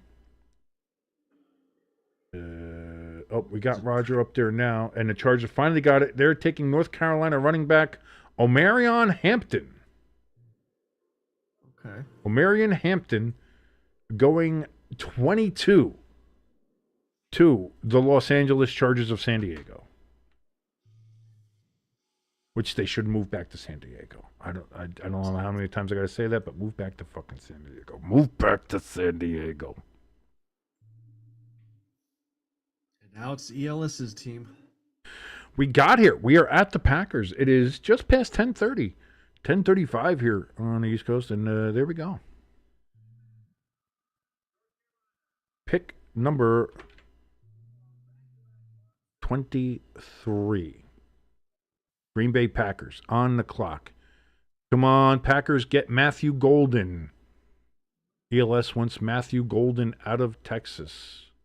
Okay. What about Bond? Anybody in on Bond? I know he had that little bit of there was a legal thing, but it turned out to be completely false, and now he's suing the accuser there. So that's pretty interesting. But Bond, I thought, would be a pretty high pick. The reason the Chargers apparently took so long is they were taking trade calls for the whole thing, and at the end decided nothing was better than what the pick they wanted to make. So they go. Hamster wants the Packers to pick Sanders.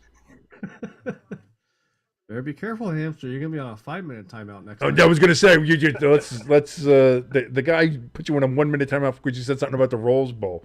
You're talking about his favorite NFL team picking a quarterback that he doesn't want them to pick.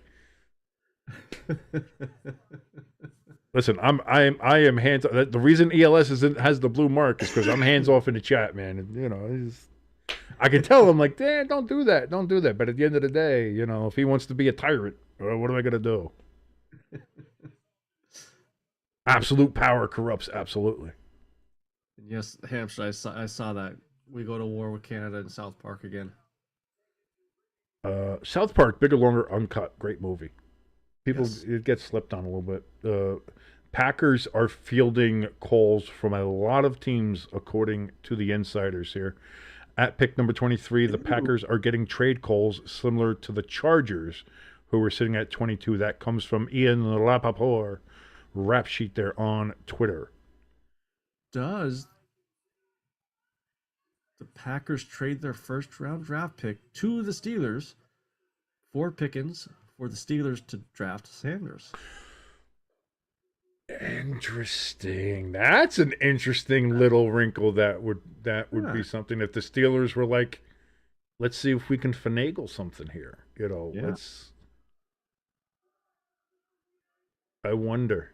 That would be an interesting move. I probably definitely will hear a scream from New York down to Pennsylvania. You get a top flight, if not moody, wide receiver. So there is that element to it.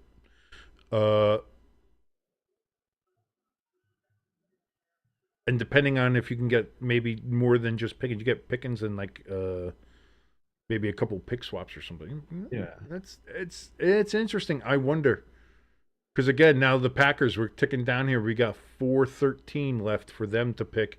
But I imagine this one's going to go a little long too, because they're going to be fielding some calls here. And probably, like maybe there's some interesting ones. Maybe the Steelers are there. Hey, I'll give you something. We'll give you. Hamster says that he wants the Packers to pick Sanders because he timed him out. You put me in timeout. Oh, I love that there's just... I love our channel. I love our chatters. You guys are fantastic. We love you so much. Thank you so much for joining us here. By the way, if you're watching us and kind of want to join in the chat and, you know, fuck with us all here, listen, it's an international chat. We got a Canadian in there. We got Hamster, who I think is from another fucking planet, to be honest with you. All right, now he feels like it. Liam in the chat, Adam McClans, he says, I wish I had those snacks the ESPN guys have there. You know what I wish I had? I wish I had access to did you see the green room menu they had? It was posted on Twitter. It was like, you know, these bacon Wisconsin cheddar burger sliders or something you could get. And then like crab cakes and, you know, it was all these different things. And, you know, they had like vegan options and shit like that for everybody who's, you know, not normal. That's not, don't you say that. Vegans are normal. As you wear a belt or you got sneakers on. What? They don't want to eat beef because they don't want to kill the cows. Oh, no, because they mostly wear faux leather and shit, so that's not. That's what I was wondering what the fuck you were talking about. I was like, most leather you buy today is not leather. Let's be honest. Or maybe that's just me because I shop at the thrift store. I don't know.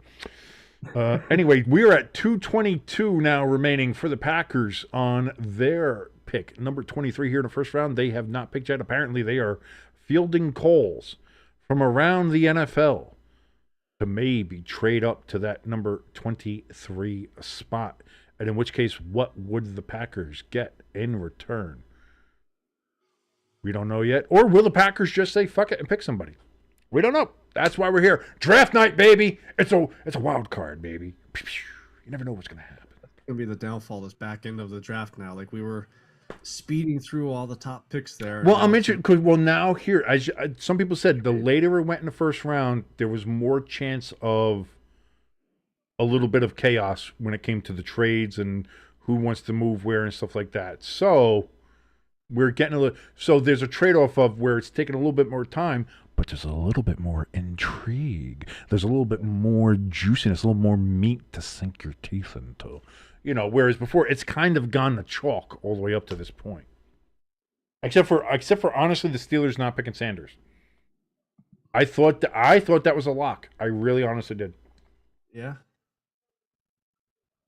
Unless I thought if he slid all the way down to the Steelers pick there, I thought he would have went. I would have thought the Saints would have went either with him or Jackson Dart with how much they needed.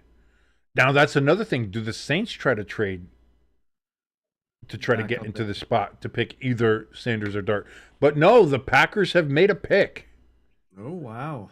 The Packers have made a pick. I have not seen who the pick is yet. I am refreshing like hell. And it is indeed Texas wide receiver Matthew Golden. ELS gets his wish as Matthew Golden has been selected by the Packers 23rd overall here in the 2025 NFL Draft. There you go, ELS. You got your guy. But you want to know what his downfall is, that wide receiver? He can't stop the tush push. He plays offense.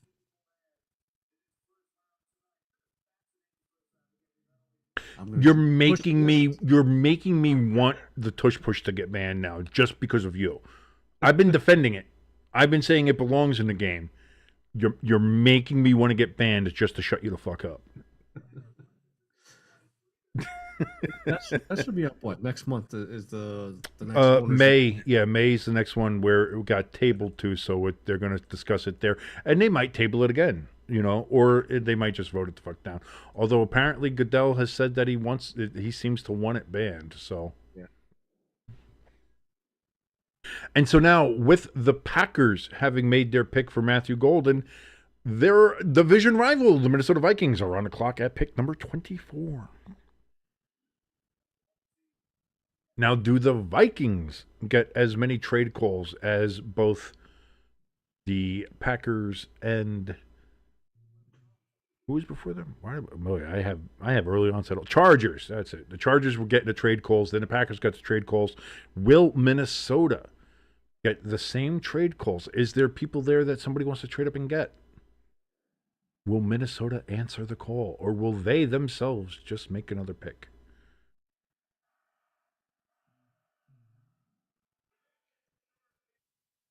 Interested to see how this goes.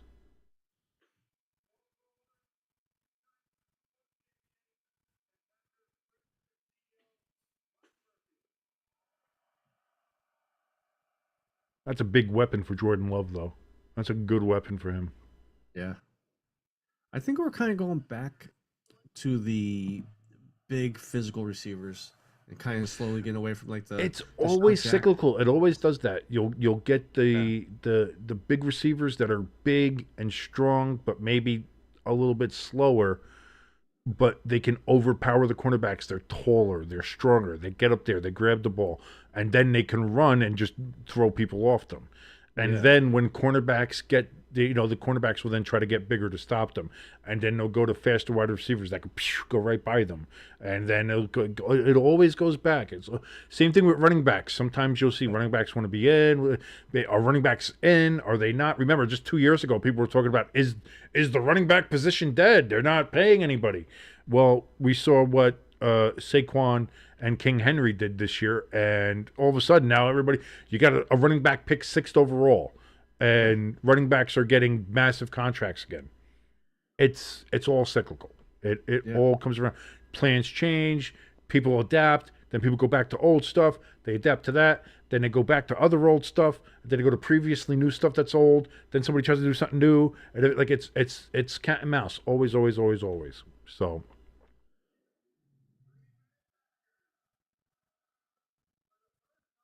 Matthew Golden getting introduced, he was there in the green room, getting introduced there to the Packers crowd. I'm sure Aaron Rodgers is sitting there right now being like, why couldn't you ever fucking draft a wide receiver when I was the quarterback there? Yeah.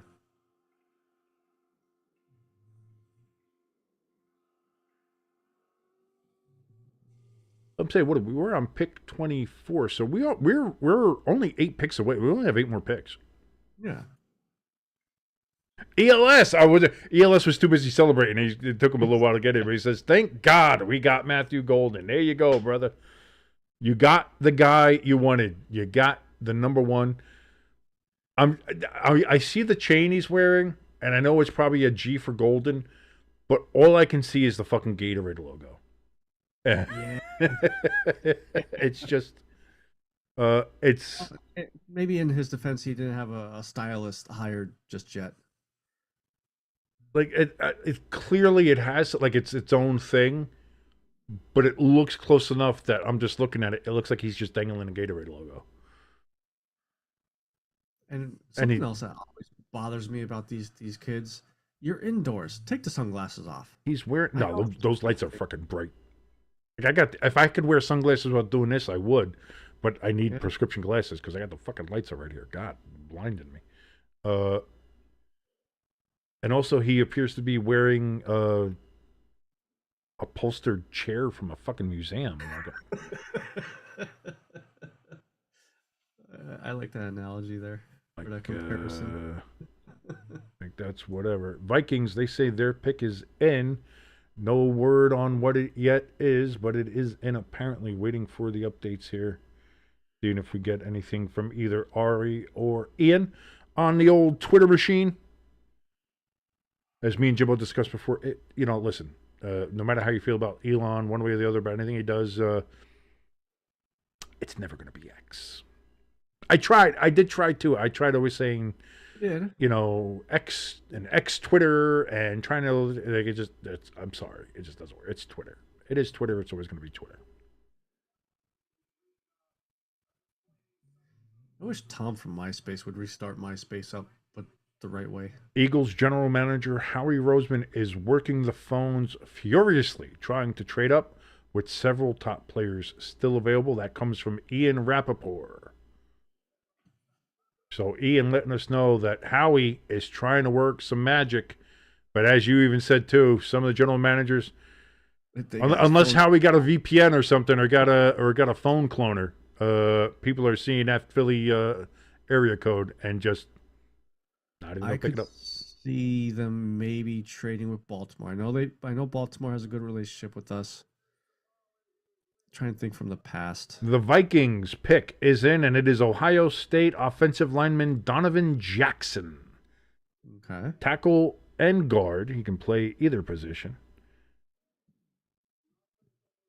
Donovan Jackson. He is the pick at 24 for the Minnesota Vikings. The only way, if I'm Philly, the only way I'm trading up is going after the cornerback from Michigan, Will Johnson.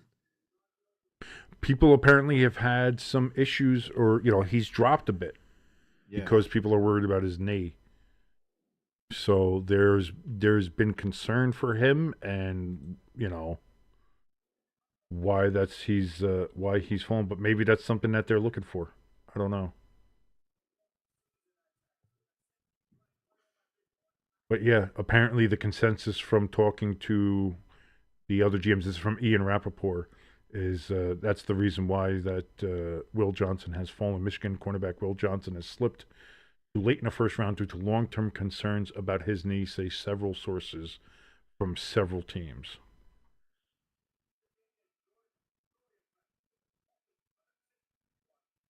ELS thinks that Matthew Golden is the best wide receiver in the draft, so that's why he's glad they picked him up. I mean, we'll see. You have him. I think you got. I liked the Bond kid. Maybe it's just because of the name Bond. I don't know. But again, you haven't seen a ton. I think you got some of the. You had some of the tight ends picked. Again, I was surprised that Loveland went ahead of Warren. Yeah. But that's on a tight end. Like again, it's been mostly offensive and defensive line. Carolina there went with Ted McMillan. Ted offensive. So the Texans now are on the clock at pick number 25.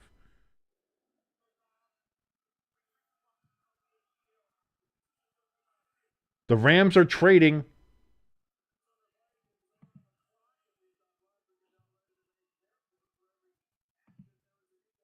The Texans have traded. The Giants now have pick 25.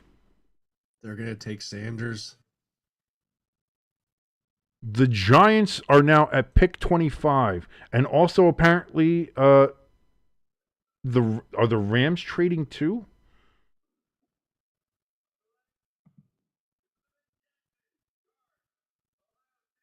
Yeah, the Rams are next. So the Giants are on the clock at 25. Are they going to be on it for 25 and 26? Let's see here.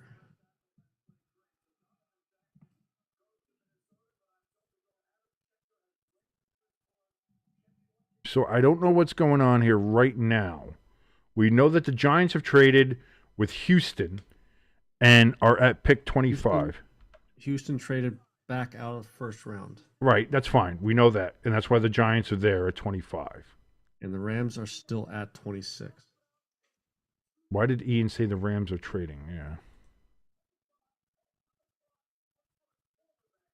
Look for a quarterback, Schefter's saying. No, there are people saying that. Okay. So the Texans trade 25 to the Giants in exchange for $34.99 and a third rounder in 26. So the Texans get a haul for 25.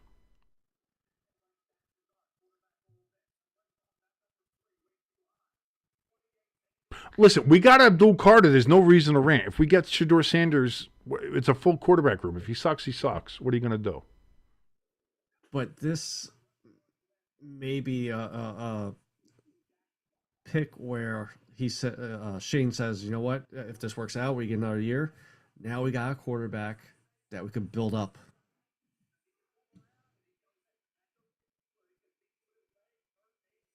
Sanders on the phone. You can't see if Sanders is on the phone. Jackson Dart's hugging a bunch of people. Jackson Dart's giving lots of hugs.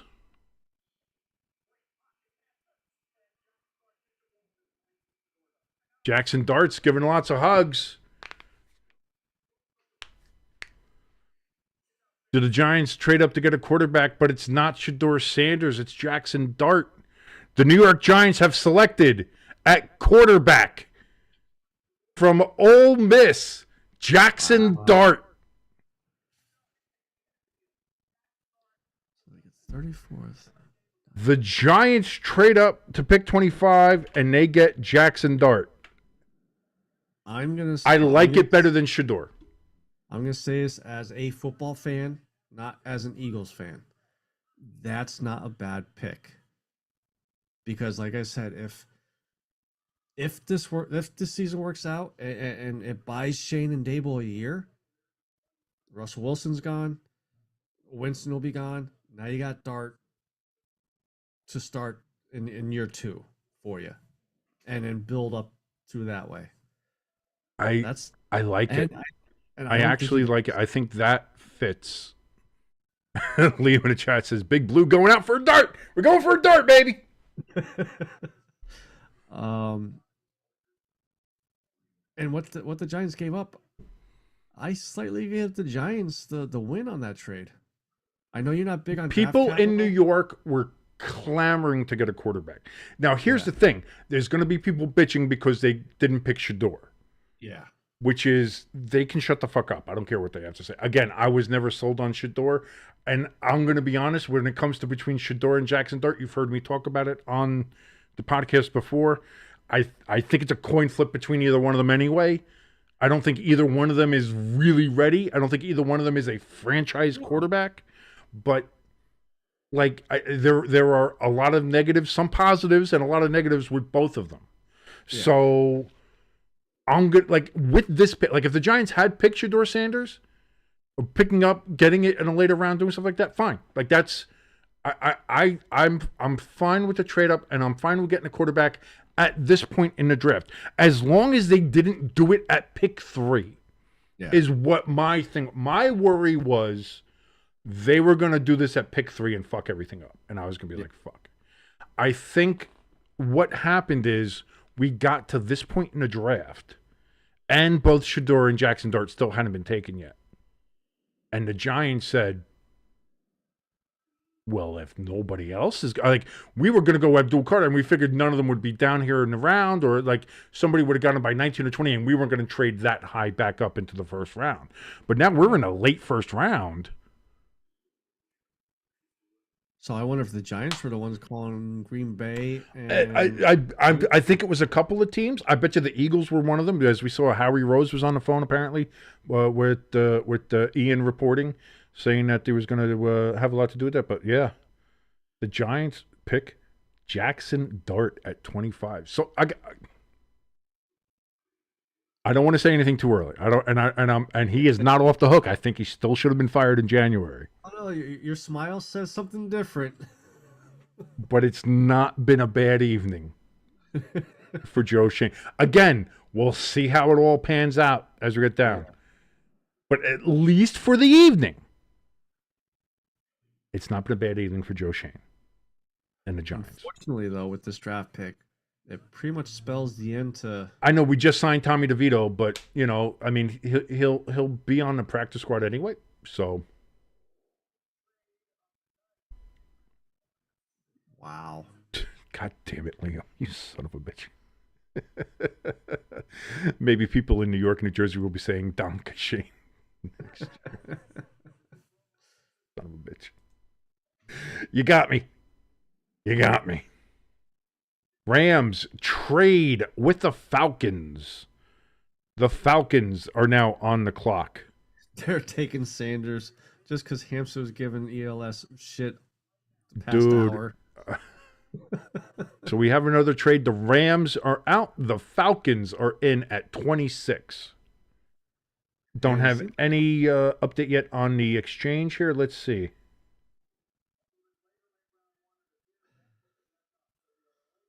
And honestly, I'm going to say this. This is right now seeming like the Shador Sander interview submarined him with a lot of teams. That people interviewed him, they interviewed Dart, and maybe Dart's falling because, people were worried about his particular game and skill set, or if he's just not ready yet and they didn't want to take a risk on him yet. But I think Shador Sanders is falling again with a couple teams that New Orleans and Pittsburgh, desperate need for a quarterback. Even in Pittsburgh, even if it's a backup, if you're going to get Aaron Rodgers, you still need a quarterback there. But you've had these teams with specific needs, and they've passed you up, where we're clearly the consensus, according to the people who, the people who say eye test. My eye test, I didn't think he passed, but other people saying outside of Cam Ward, he would be kind of the de facto number 2 quarterback, and that he's fallen this much. There's something there that has made all the NFL GMs go, Is that the baggage that he has with Dion? Is it just his overall attitude? Is it the fact that he went 12-13 and got his fucking number retired? I don't know. Yeah, I mean, I agree. Like, now I'm starting to think, too, like, on top of the interview and everything, how much is Dion's presence what's causing it? Like you said, the baggage, and like you always say, the bullshit to the... There's a bullshit to talent ratio. There is. Yeah. There is a bullshit to talent ratio that you have to you have to navigate. If you want to be a headache, you got to be good. Yeah. And he's not that good, worth it. Is he already presenting a high level of bullshit without having proven anything? Yeah. So I don't know, but that's well, listen, we saw him giving his hugs and stuff like that, so we kind of picked that up. The third Ole Miss quarterback selected in the first round in the common draft era, and two of them ended up going to the Giants. Well, technically, Eli was drafted by the Chargers and then traded to the Giants. But for all intent, the Giants wanted to trade up into the number 1 spot, and it got too late, so they couldn't do it. So then the Chargers were like, okay, we'll draft him, you draft Phillip Rivers, and then we'll just fucking swap him. So Hamster says, gives you all a lot of content to talk about for a while. The 2025 season has officially started. I tried telling Jimbo that, and he's still waving around his stupid fucking Eagles flag. I was like, man, move on. Move on. We are in a new season. We are in a new time. We have the league year has flipped its calendar, man. We are new here. We are new. Fiscal year. Fiscal is money. No, it's not fiscal. It's the league year. It's not the league. Fiscal years end in June. That has nothing to do with this. This is the league year, man. You all are just jealous. Animal Clans in the chat says, watch Shador be Mr. Irrelevant in 2025. I don't know if he's going to fall that far, but if he does, that would be fun. Holy shit. I don't think he will. I mean, I think this kind of feels like it was like with Brady and with Brady Quinn. I mean, not Tom Brady, but Brady Quinn and Aaron Rodgers, and like watching them when they kind of fell in the draft. This is kind of getting to that, like, how far? Like, that's the question now: is how far do they fall? Yeah. Like, where's are teams like the Saints or like the Steelers comfortable in the fact of like, we can probably pick him up in the second round? Like, we've talked to the other teams, we've talked to the GMs. The feeling we're getting is we don't have to make a move on him because it doesn't feel like somebody's going to come up and pick him up. Well, the Falcons pick is in. Old Raji boy going to the stage here. Still waiting. Whoa, X is having a real slow time here.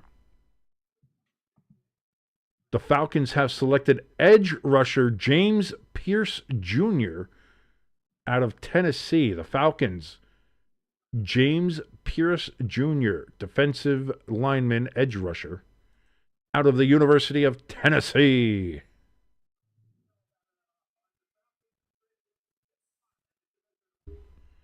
I got to fix that too. There we go.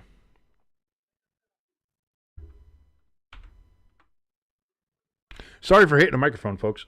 So there we go. So now it is the Baltimore Ravens on the clock.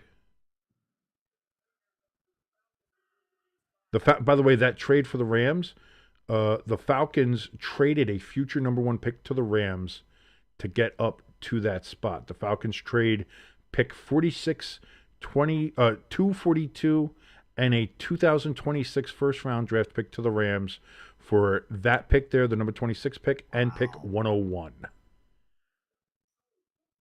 Wow.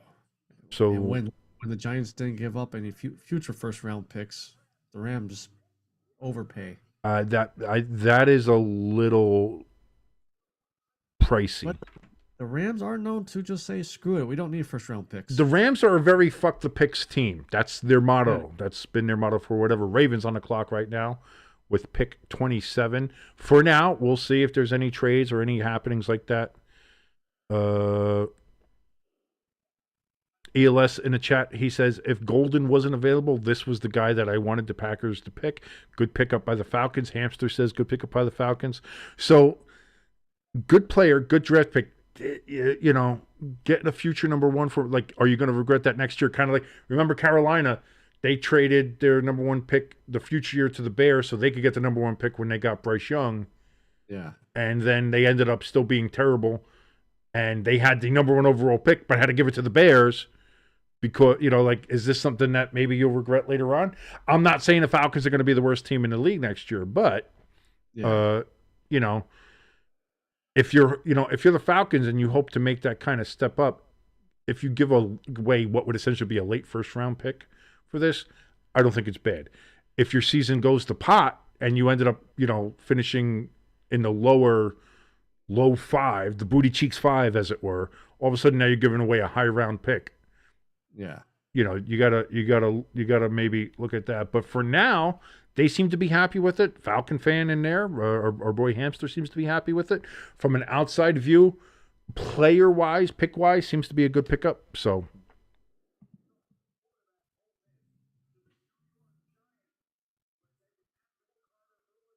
Not bad. Not bad. So we got the Ravens now, like I said, on the clock, 3:07 remaining here. Anyway, thank you so much for watching us here. My name is King. That is Jimbo right over there. We are Stay Tuned Sports. If you're watching along with us, please hit that like, hit that share, and of course, if you're not already, hit that subscribe button. It helps us out tremendously with the YouTube algorithm. And again, doing all those three things, like, share, subscribe, completely free, helps us out. You guys have no idea. Get us to 500 subscribers so we can go ahead, get monetized, and then probably promptly demonetized because of my fucking mouth. I was gonna say, we'll behave. Will we, though? That's questionable. That's a questionable thought. Also, if you want to help us out in a little bit more tangible fashion, we do have a link for our donation station and our merch store down in the description below. You can pick up our coffee, Stay Tuned Sports Coffee right here. It's the Danny Dimes blend. Wakes you up like getting hit by a blindside defensive rusher that wasn't stopped by the offensive lineman. Kind of like Danny Dimes' time there in New York. So, ELS with some breaking news here. Robert Griffin III is expected to be hired by Fox Sports to be its number 2 college football game analyst. Thank you very much. Also, Shannon Slark taking a step back from ESPN amid his allegations. And whether you believe they're true or not, it's all a shakedown. It's not. It's real. Believe all women. I don't know what it is, and who knows if we'll ever get the truth, because it's not a criminal case, it's a civil case, so who the fuck knows. But what I will say is that Monique, who was a guest on Shannon Sharp's podcast not too long ago, had it right. Stay away from them young bitches. Just do it. Just if you're an old ass man, just listen. Got to be at least in the 30s. Yeah. Now, again, I say this all while still congratulating Bill Belichick for, bagging himself a 24-year-old while he's 70-something. But, again, that's few and far between. And we don't know. We don't know. We don't know what happened. All we know is that, listen, to use a football analogy, it's almost like it is like throwing a pass. It's like throwing a Hail Mary. You throw the ball in the air, 3 things can happen. 2 of them aren't good. Yeah. So it's best to just play it safe. And staying away from the young girls, especially the 19-year-old OnlyFans models. They're probably not the most well-adjusted individuals out there, is all I'm going to say. I'm not saying it's shaming. I'm not shaming anybody for anything they do. I'm not doing anything like that. I'm not doing it. What I'm saying is, if you're looking to build a healthy, loving relationship, that's not really the people I think that are equipped to handle that sort of emotional attachment sort of thing. So, and you get things like this that happen. So, whether it's real, whether it's not, anything like that, the best thing to do is just to remove yourself from that situation and not have it. So, Shannon, I certainly hope that the allegations against you are false. We all do. But whether, if they aren't false, if you did in fact do some of the shit that they say you did, then you're a scumbag. We all know that. But even if it is false, and you are innocent of all of these, I would just stay away from the young bitches. That's all. Let's just stay away from the young bitches. Can we just all agree? Again, now you're 43, your birthday. Happy birthday, Jimbo. We're getting ready to cross that line. You're joining the 43 club. I'm 43. As old men, stay away from the young bitches. That's all. That's the only advice we have here. The Ravens have made their selection. They select safety out of Georgia, Malachi Starks, picked by the Ravens. So the Ravens, unsurprisingly, go defense. Bolstering up their defensive end. I mean, the Ravens are they're a defensive team. They've always been defensive first. That is just who they are. That is their makeup. And again, they strengthen their defense with Malachi Starks out of Georgia. Got pick 28 already coming up here, man. And of course, my feed craps out. That's all right. We're almost there. We're getting ready to cross that line. Pick 28. The Detroit. Now we're getting late in the draft because it's the Detroit Lions are on the clock. You know, it's a new era of football in Detroit. Yeah, I know Lions are Detroit is lower in the lower analytics. end there because they're so good. You never thought I'd see that day, but here we are. We're living it.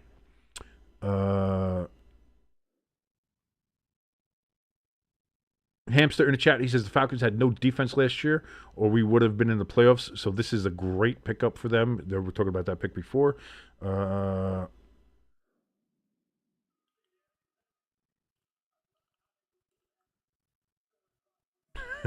says, I send this message from Friday because he lives in the Atlantic time zone, so he's an hour ahead. So he's actually in tomorrow.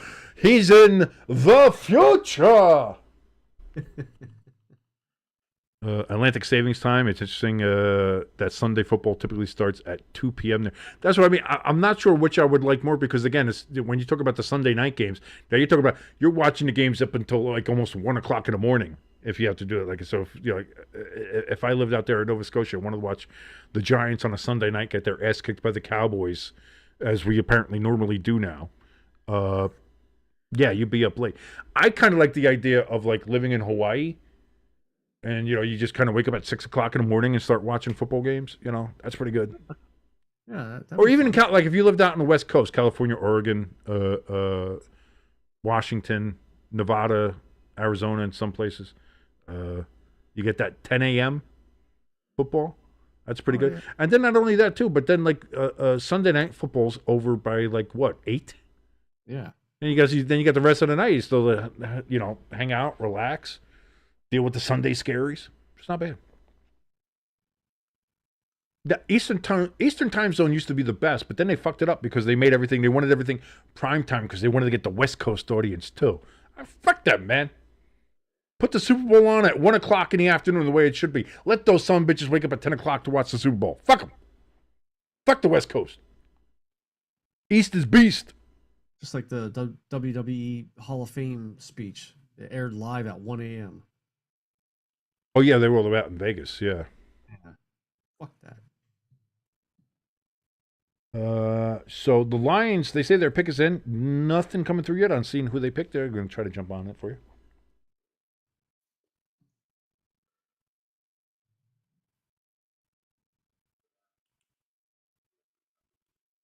Hamster says, if we both died at the same time, then you'd die on the 24th and he would die on the 25th. That blows my mind sometimes. Hamster, I don't know what to tell you if time zones blow your mind. I don't. Boy, when we talk about the international dateline, you're gonna be your head's gonna fucking explode. It's.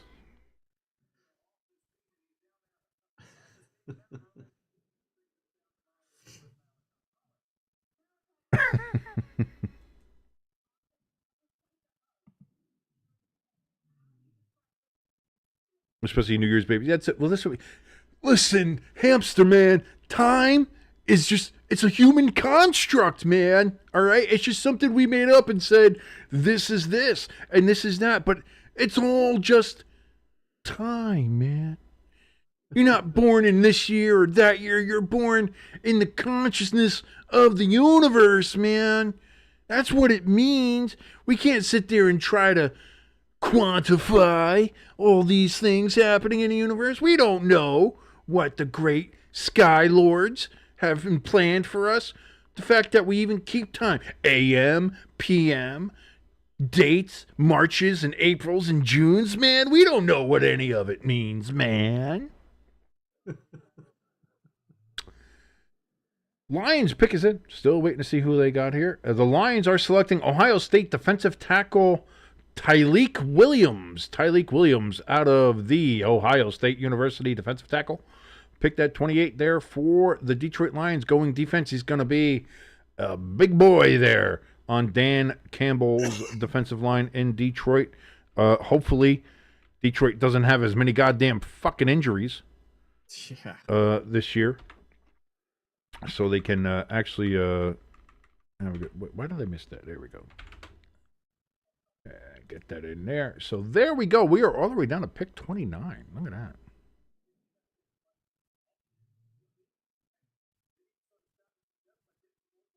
So we got, 3 picks left? Yeah, we'll get there. We're going to get there, man. We are going to get there. And there we go. Washington is now on the clock. at number 29, unless there's a trade or something that happens. That little bit, that 10, 15 minutes of trade there made this last 10 It slowed picks it down a second. little bit. But we had intrigue, Jimbo. Yeah. There's a trade-off with anything. Yeah. Again, we maybe lost some time, but as we were just discussing, what's time, man? We don't even know what time is. You're saying you lost time? Did we ever have time? You can't own time, man. All right? Liam in the chat. Time? Time? What are you talking about time? Hamster says you drink some of the special lemonade I got, and you'll be thinking this way too. I will not ever drink anything that looks somewhat like lemonade or apple cider anywhere near you, Hamster. I'm going to let you know that right now.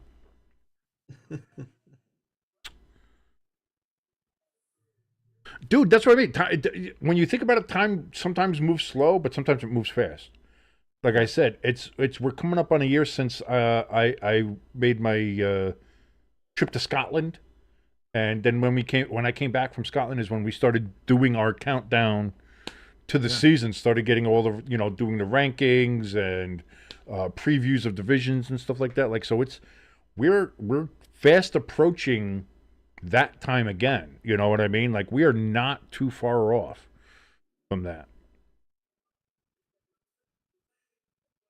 Hamster says, I'll have a new job by the fall, just hoping that it doesn't mess with my football. Is it weird that when I was going for jobs before, I got injured, crippled, and now I've been unemployed forever, which is why please subscribe so that we can get monetized so I can try to make a little bit of money here doing this. Thank you very much. When I used to be employed and go for jobs and job interviews and stuff, like one of the things I would really, really hope for is like weekends off or like when's the start time, because if the Giants play on Thursday or Monday, like I gotta stay up and watch it. Like what am I?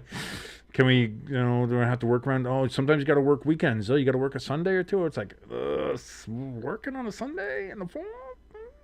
Really? Priorities, man. You're gonna have priorities. Do you want to have food on the table, or do you want to watch football? Me, I'd probably rather starve and watch football. I'm a weirdo like that.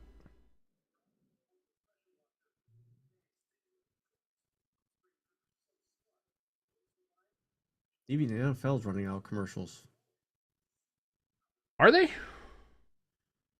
They'll never run out of commercials. They're showing electric weed whackers and leaf blowers. Oh, I'm on an iPhone 16 Pro Plus commercial. With Washington showing 2 minutes and 44 seconds remaining to make their pick. Tonight wasn't too bad, though.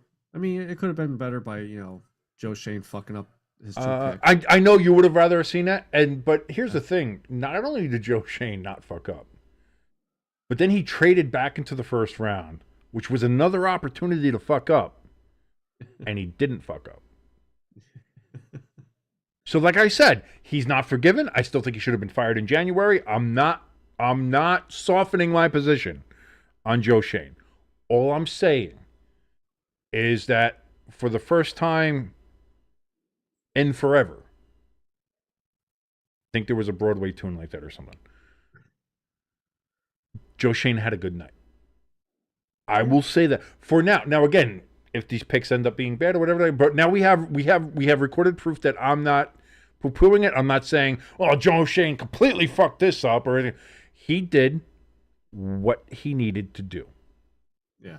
He needed to pick Abdul Carter at 3. He did. People wanted him to pick a quarterback. So he traded back into the first round.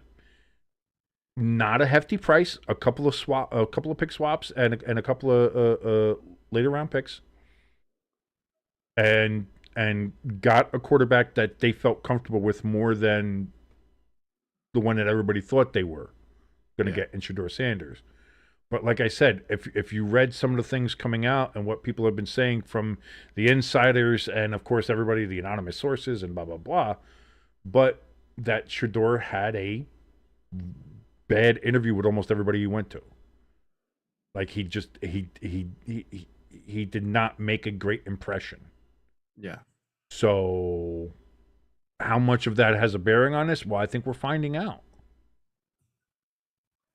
Washington, the Washington football team of Redskins Commanders, they pick up an offensive lineman from Oregon.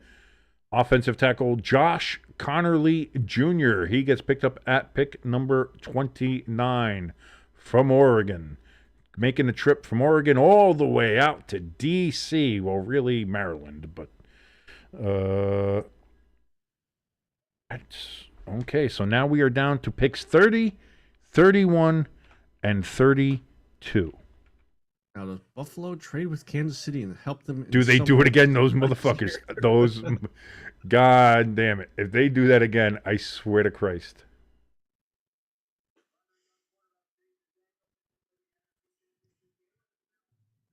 Washington's looking good. Hamster in the Debo, chat. Oh, I'm I don't sorry. know which, Debo you're going to get, but Tunsil's a good pickup. I like the I know he's a little bit older, maybe a little bit slower, but I like the Tunsil pickup. Yeah. I really do.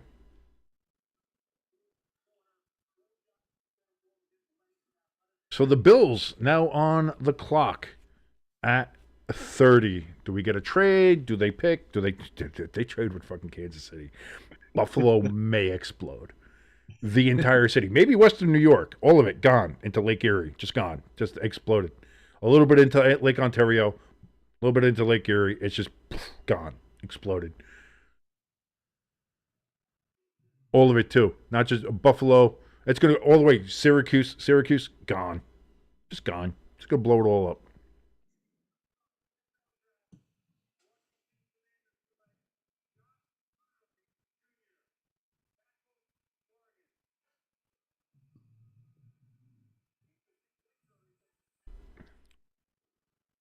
No, at this point, Hamster, I think when it comes to Shador, it's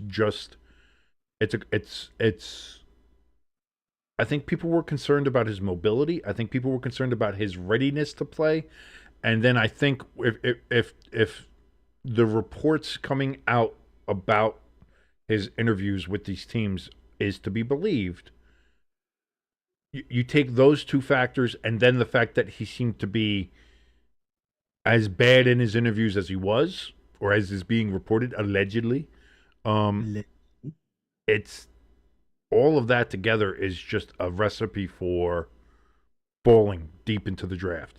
So you could look for reasons, and maybe Shador and Dion come out with excuses, or maybe they don't. Maybe it's just a case where Dion's just like, hey, it happens sometimes. Maybe a teachable moment. Who knows? I don't know. But it just, I never saw Shador as NFL ready.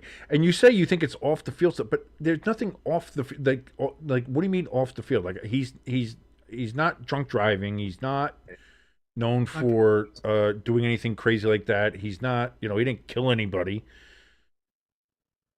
while driving in his car like some people. Not the Georgia Bulldogs. Georgia Bulldogs have one of the cleanest driving records, if you really want to be honest.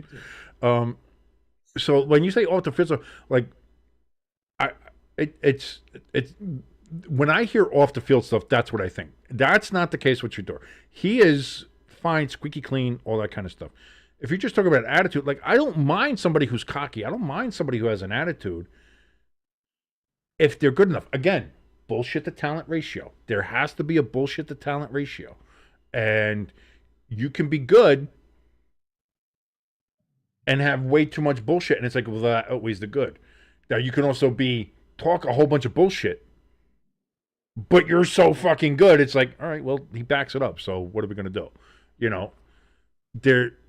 I don't have a problem with being arrogant. I don't have a problem with the confidence. I don't have a problem with any of that, if it means something. But he doesn't have the history. He doesn't have the track record. He doesn't have any of the success that you would want your franchise quarterback to have coming in if you're going to have that attitude.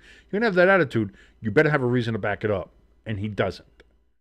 And I think that's a huge part of it. And apparently that came through on the interviews.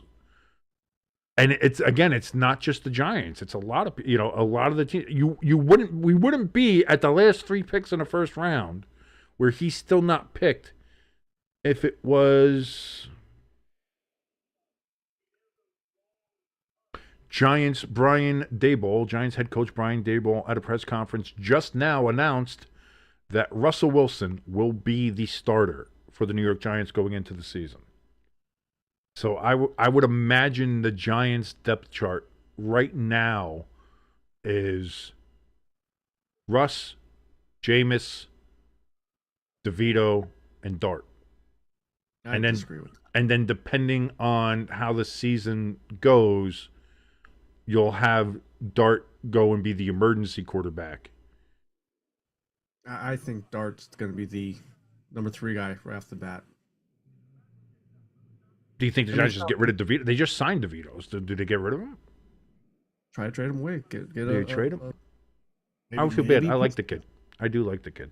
Oh, yeah. I don't want to see him go, but the story, but the Bills pick is in. No idea yet. Just wait. The TV is going to tell us apparently before Twitter. Come on, Ian and Ari used to be real good on this one, and now they're really slowing down here on us. Unless this is one of those special picks where nobody got to see it beforehand, and it's just that ice machine is working. it's low on water. I gotta get some water in there. Some water. I'm low on spirit. I can't make my spirit ice. Who is this? We have a Roger coming out with a injured gentleman, a wheelchair bound. Did I just say wheelbear? Wheelbear bound. A wheelchair bound individual.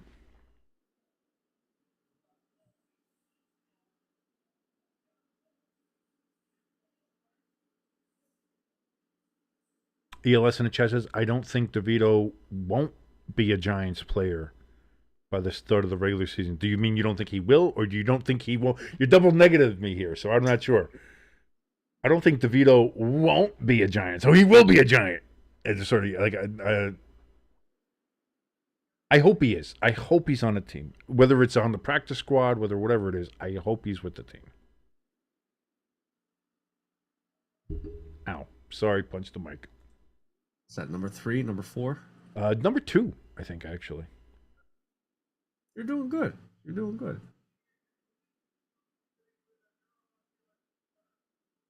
The Eagles are trading pick number 32 and 164 to the Chiefs for pick number 31.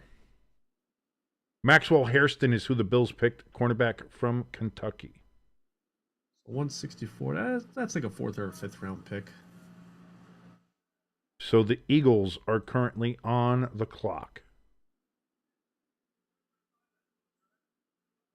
So let me put this in here. Buffalo has made their pick. It is cornerback Maxwell Hairston. He is from Kentucky.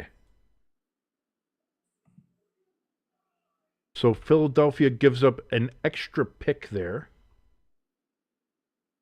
just to move up a spot there with Kansas City. So this is 2 times in 2 years that a team has traded with Kansas City late in the first round to move into their spot. Yeah. Interesting. Interessante.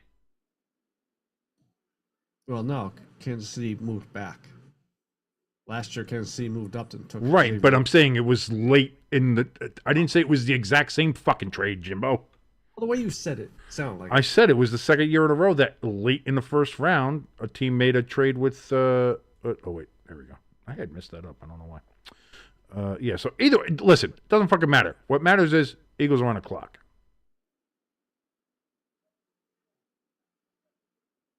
At pick number 31. So they traded up. So they got. So apparently the Eagles have been trying to get up there for a while.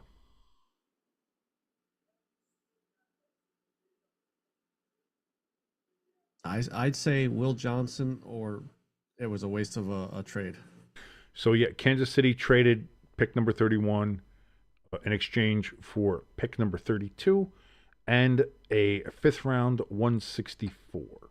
So a 5th and the Eagles' last pick for the 31st pick. So you give up a 5th round to move up a spot. Basically, yeah. Yeah, you know, if you really like the guy, or you thought that either Kansas City or somebody else was going to pick him up beforehand, like, were you scared? You were either scared that somebody else was talking to Kansas City to move up in the spot, or you thought Kansas City might take them. But if you got the trade, then you knew Kansas City was going to take them. So you probably thought somebody else was trading with Kansas City to get this spot. Yeah, that's what I would think. Is someone was going to move over us. ELS also thinks that the Eagles will pick Will Johnson. And with the 31st pick in the NFL draft, the Eagles are picking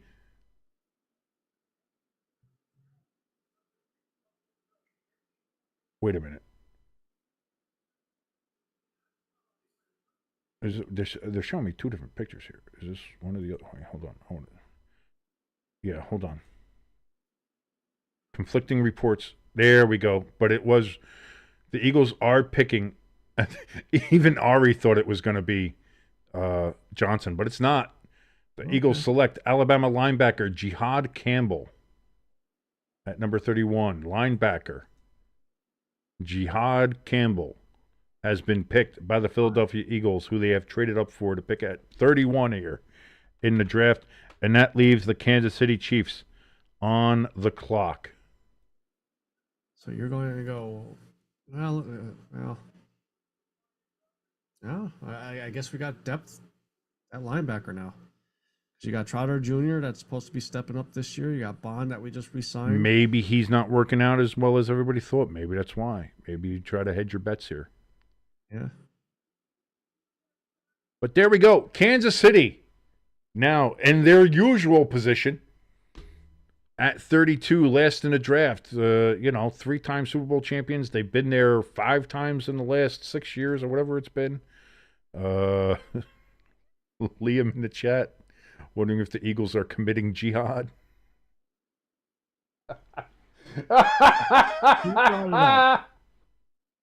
I saw one mock draft that had us taking him at 32, and that went through my head too.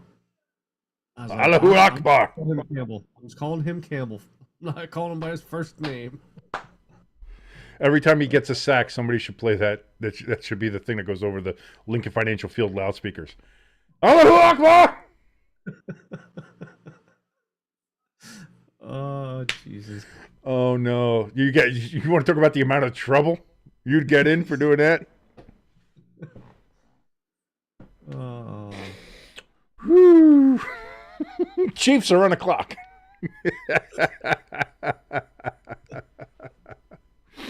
Oh, no. We were pretty good. His draft party. I want to see his draft party. We were pretty good. We were pretty good the whole day. We were pretty good this entire stream, and then right at the end, the Canadian. It's always the Canadians setting us up. Stirring shit up. Stirring the pot. Oh, that's good times. That's good times.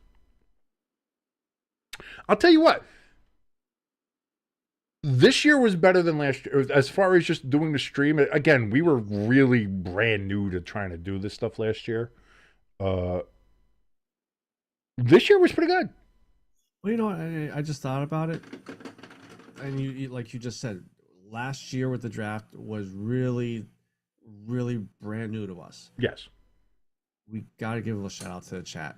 Hamster, ELS, they're making. Oh, they've made this so great, so much easier. You guys, again, you guys are a lot of a part of this, and that's why I love when we come in here and I say, like, chat's open, come on in, say hi, say hello, say how you doing. The reason I say that, the reason I want to do that is because you guys are a massive part of this, and you make the bouncing of topics and ideas back and forth so much easier. Their comments that you make are great. I love reading your guys' comments on the air. Like you guys being a part of this helps us out so much and makes us better. And to that point that Jimbo was saying, compared to what we were doing last year with this and to what we're doing now, you guys are a huge part of it. ELS, Hamster, Crafty Southport, Pecan, Chip, who, he has been in here a while. He got his Discord hacked, unfortunately. I remember I saw that about a week or so ago in there. Watch out there, Chip. But yeah, so you have all that. Like it's not just that we've now done a bunch of live streams and a lot of the games, so we've gotten a little bit better, a little bit smoother with getting this stuff out, and how to do the streams. But you guys have 1,000% made this so much more fun and so much just as in a way just easier. And again, it feels like what we wanted all the way back in 2016, back when you rebooted the show in 2018. Or what we always wanted this show to be was a bunch of drunks sitting at the bar talking about sports. We don't know all the analytics. We don't know all the statistics. We don't know all that. But we have fun talking about stuff. We have fun making fun of each other for trying to act smart and not knowing what the fuck we're talking about and getting called out on it. And you don't know what you're talking about, which came from Donnie, God rest his soul, who was a local drunk at the bar that we drank with and is part of the reason we kind of had this idea. So we really do appreciate and love and thank every one of you guys who come in here and interact with us and join the chat, everything. Thank you so much. As we see Roger Goodell up there, he's just announcing the Eagles pick now. You had to get the commercials in. We know that. Yeah. So now we're just waiting for the final pick of the first round, which, unless there's a massive surprise, which I doubt, like, why would you do that? Shedeur Sanders is not getting picked in night one. Giants trade back up to 32 and drafts Shedeur Sanders. That's just what we need, an overflowing quarterback room. Back when we didn't have anybody, now we got an overflowing one. And there is Jihad. He was in the green room. Oh, okay. Jihad there. So he's I was going to say this. Dressed like a fine young gentleman. He doesn't have the big chain. He doesn't have any of the other stuff. He's just nice. It looks like a nice black suit. Almost looks like a turtleneck or a mock turtleneck. Very, very almost yuppie-ish, I would say. Kind of has a yuppie look to him. Is he the last one in the garden? No, there's another one. Okay.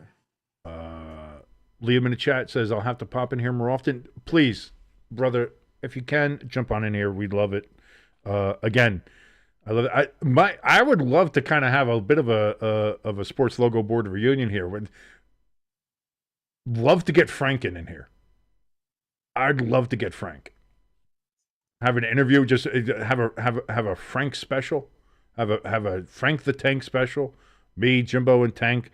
Just all I'd have to do was bring up something about the Devils, something about the Dolphins, and something about the Mets, and we'd have a good 45 minutes of mostly incomprehensible ranting, but it would be fun. And and listen, I love Frank. Frank is who he is, and he has found amazing success. And I don't know if anybody's been watching along with him over on X and what he's been doing at Barstool, but the Barstool people there helping him and doing his Frank walks to the point where he's lost as much weight as he has and is melting away before our eyes is just really cool, great, fantastic stuff for him. So again, nothing but love for Frank, and would love to have him on here. So it's great to have Animal Clans in here too, Liam here with us. Love, come on in and join us. I've yet to meet, I always wanted to make the trip up to Canada to meet Chris, talk, and have, a conversation. Haven't gotten to do that yet. And Frank, you'd figure me living in Jersey, I'd be able to see Frank. But ever since he got with Barstool, he is a busy man. He is a busy man. So I haven't been able to see him yet. But I'm hoping one day I get to see both of them. Chris Creamer, actually, this is about, we're in 2025. So this is going to be like 13 years ago. Chris actually sent me a birthday gift. He sent me a old school New Jersey Knights hockey team t-shirt. I think it was like the old WHA team or something. I believe. and it was just cool. It was really cool. It was a really nice gesture from him.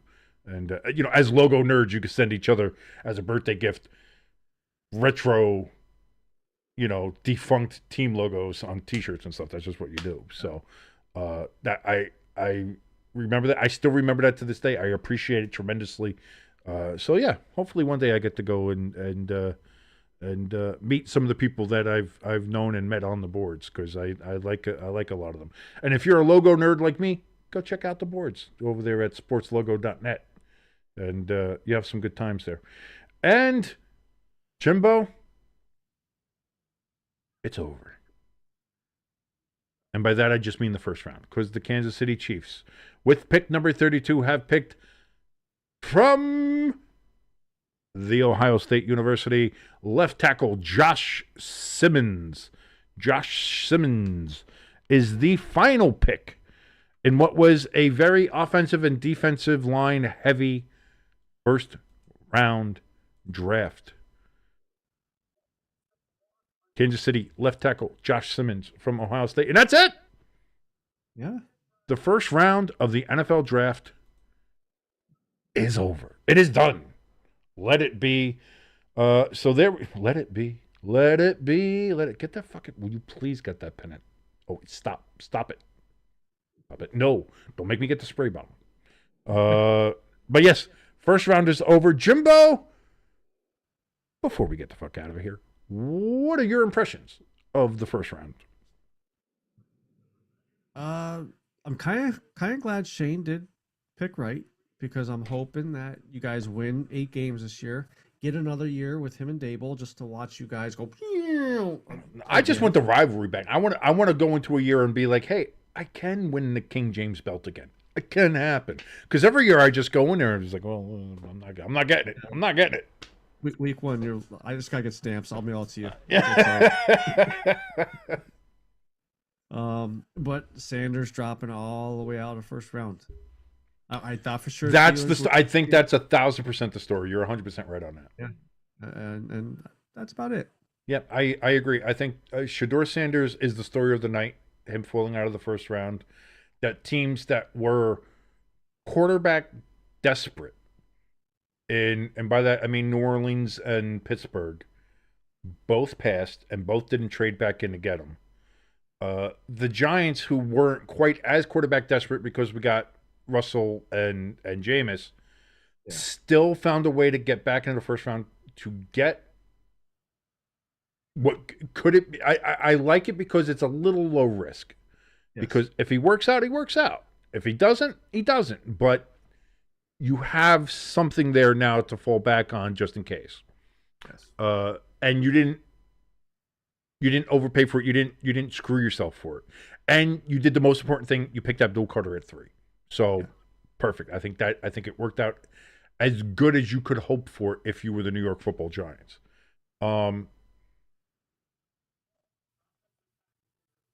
Outside of that, the Eagles trading up 1 spot just to get Jihad Campbell in what I think we could both agree is a pretty loaded linebacker core anyway. So I mean, unless you're just looking for overkill, or there was something about this kid that you really, really like, and maybe that's just what it is. Maybe you just really, really like him. But yeah, I think it's just, I think that's right. And outside of that, again, not too many shockers. The trade between Jacksonville and Cleveland, basically swapping there, where Jacksonville was able to go ahead and get Travis Hunter. I think all the teams here picked up what they needed. Yeah. Like, again, you talk about the Raiders maybe taking a running back too high, but they needed a running back.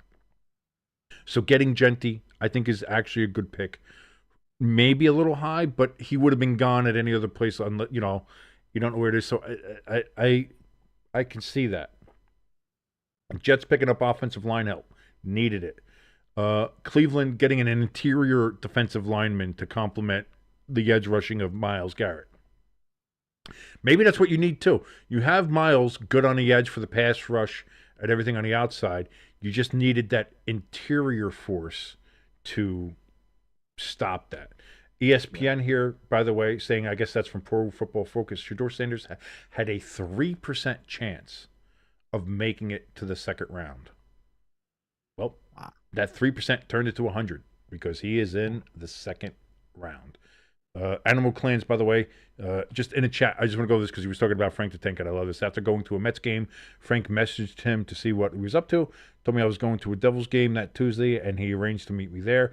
Then the Cape Breton Eagles sent Frank a jersey after someone at Barstool was wearing a Halifax Moosehead jersey. That was pretty cool. Frank shouted out to me during the unboxing, and like 20 people messaged me saying, like, you know Frank the Tank? And then he told him, known him for like 20 years. Yeah, that's what I mean. I try to tell people, like, yeah, I know Frank for 20 years. And it's like, yeah, I knew. You should have seen some of the messages he wrote on that board, man. That man, he wrote, I swear to Christ, had to be 200 posts a day. That's, as you know, you've heard Frank talk, obviously, on Barstool and stuff. How he talks is how he types. Every thought and the same rambling, like, he typed words you couldn't understand what he was saying, kind of like how he would ramble. And every single thought he had went to the boards. It was there.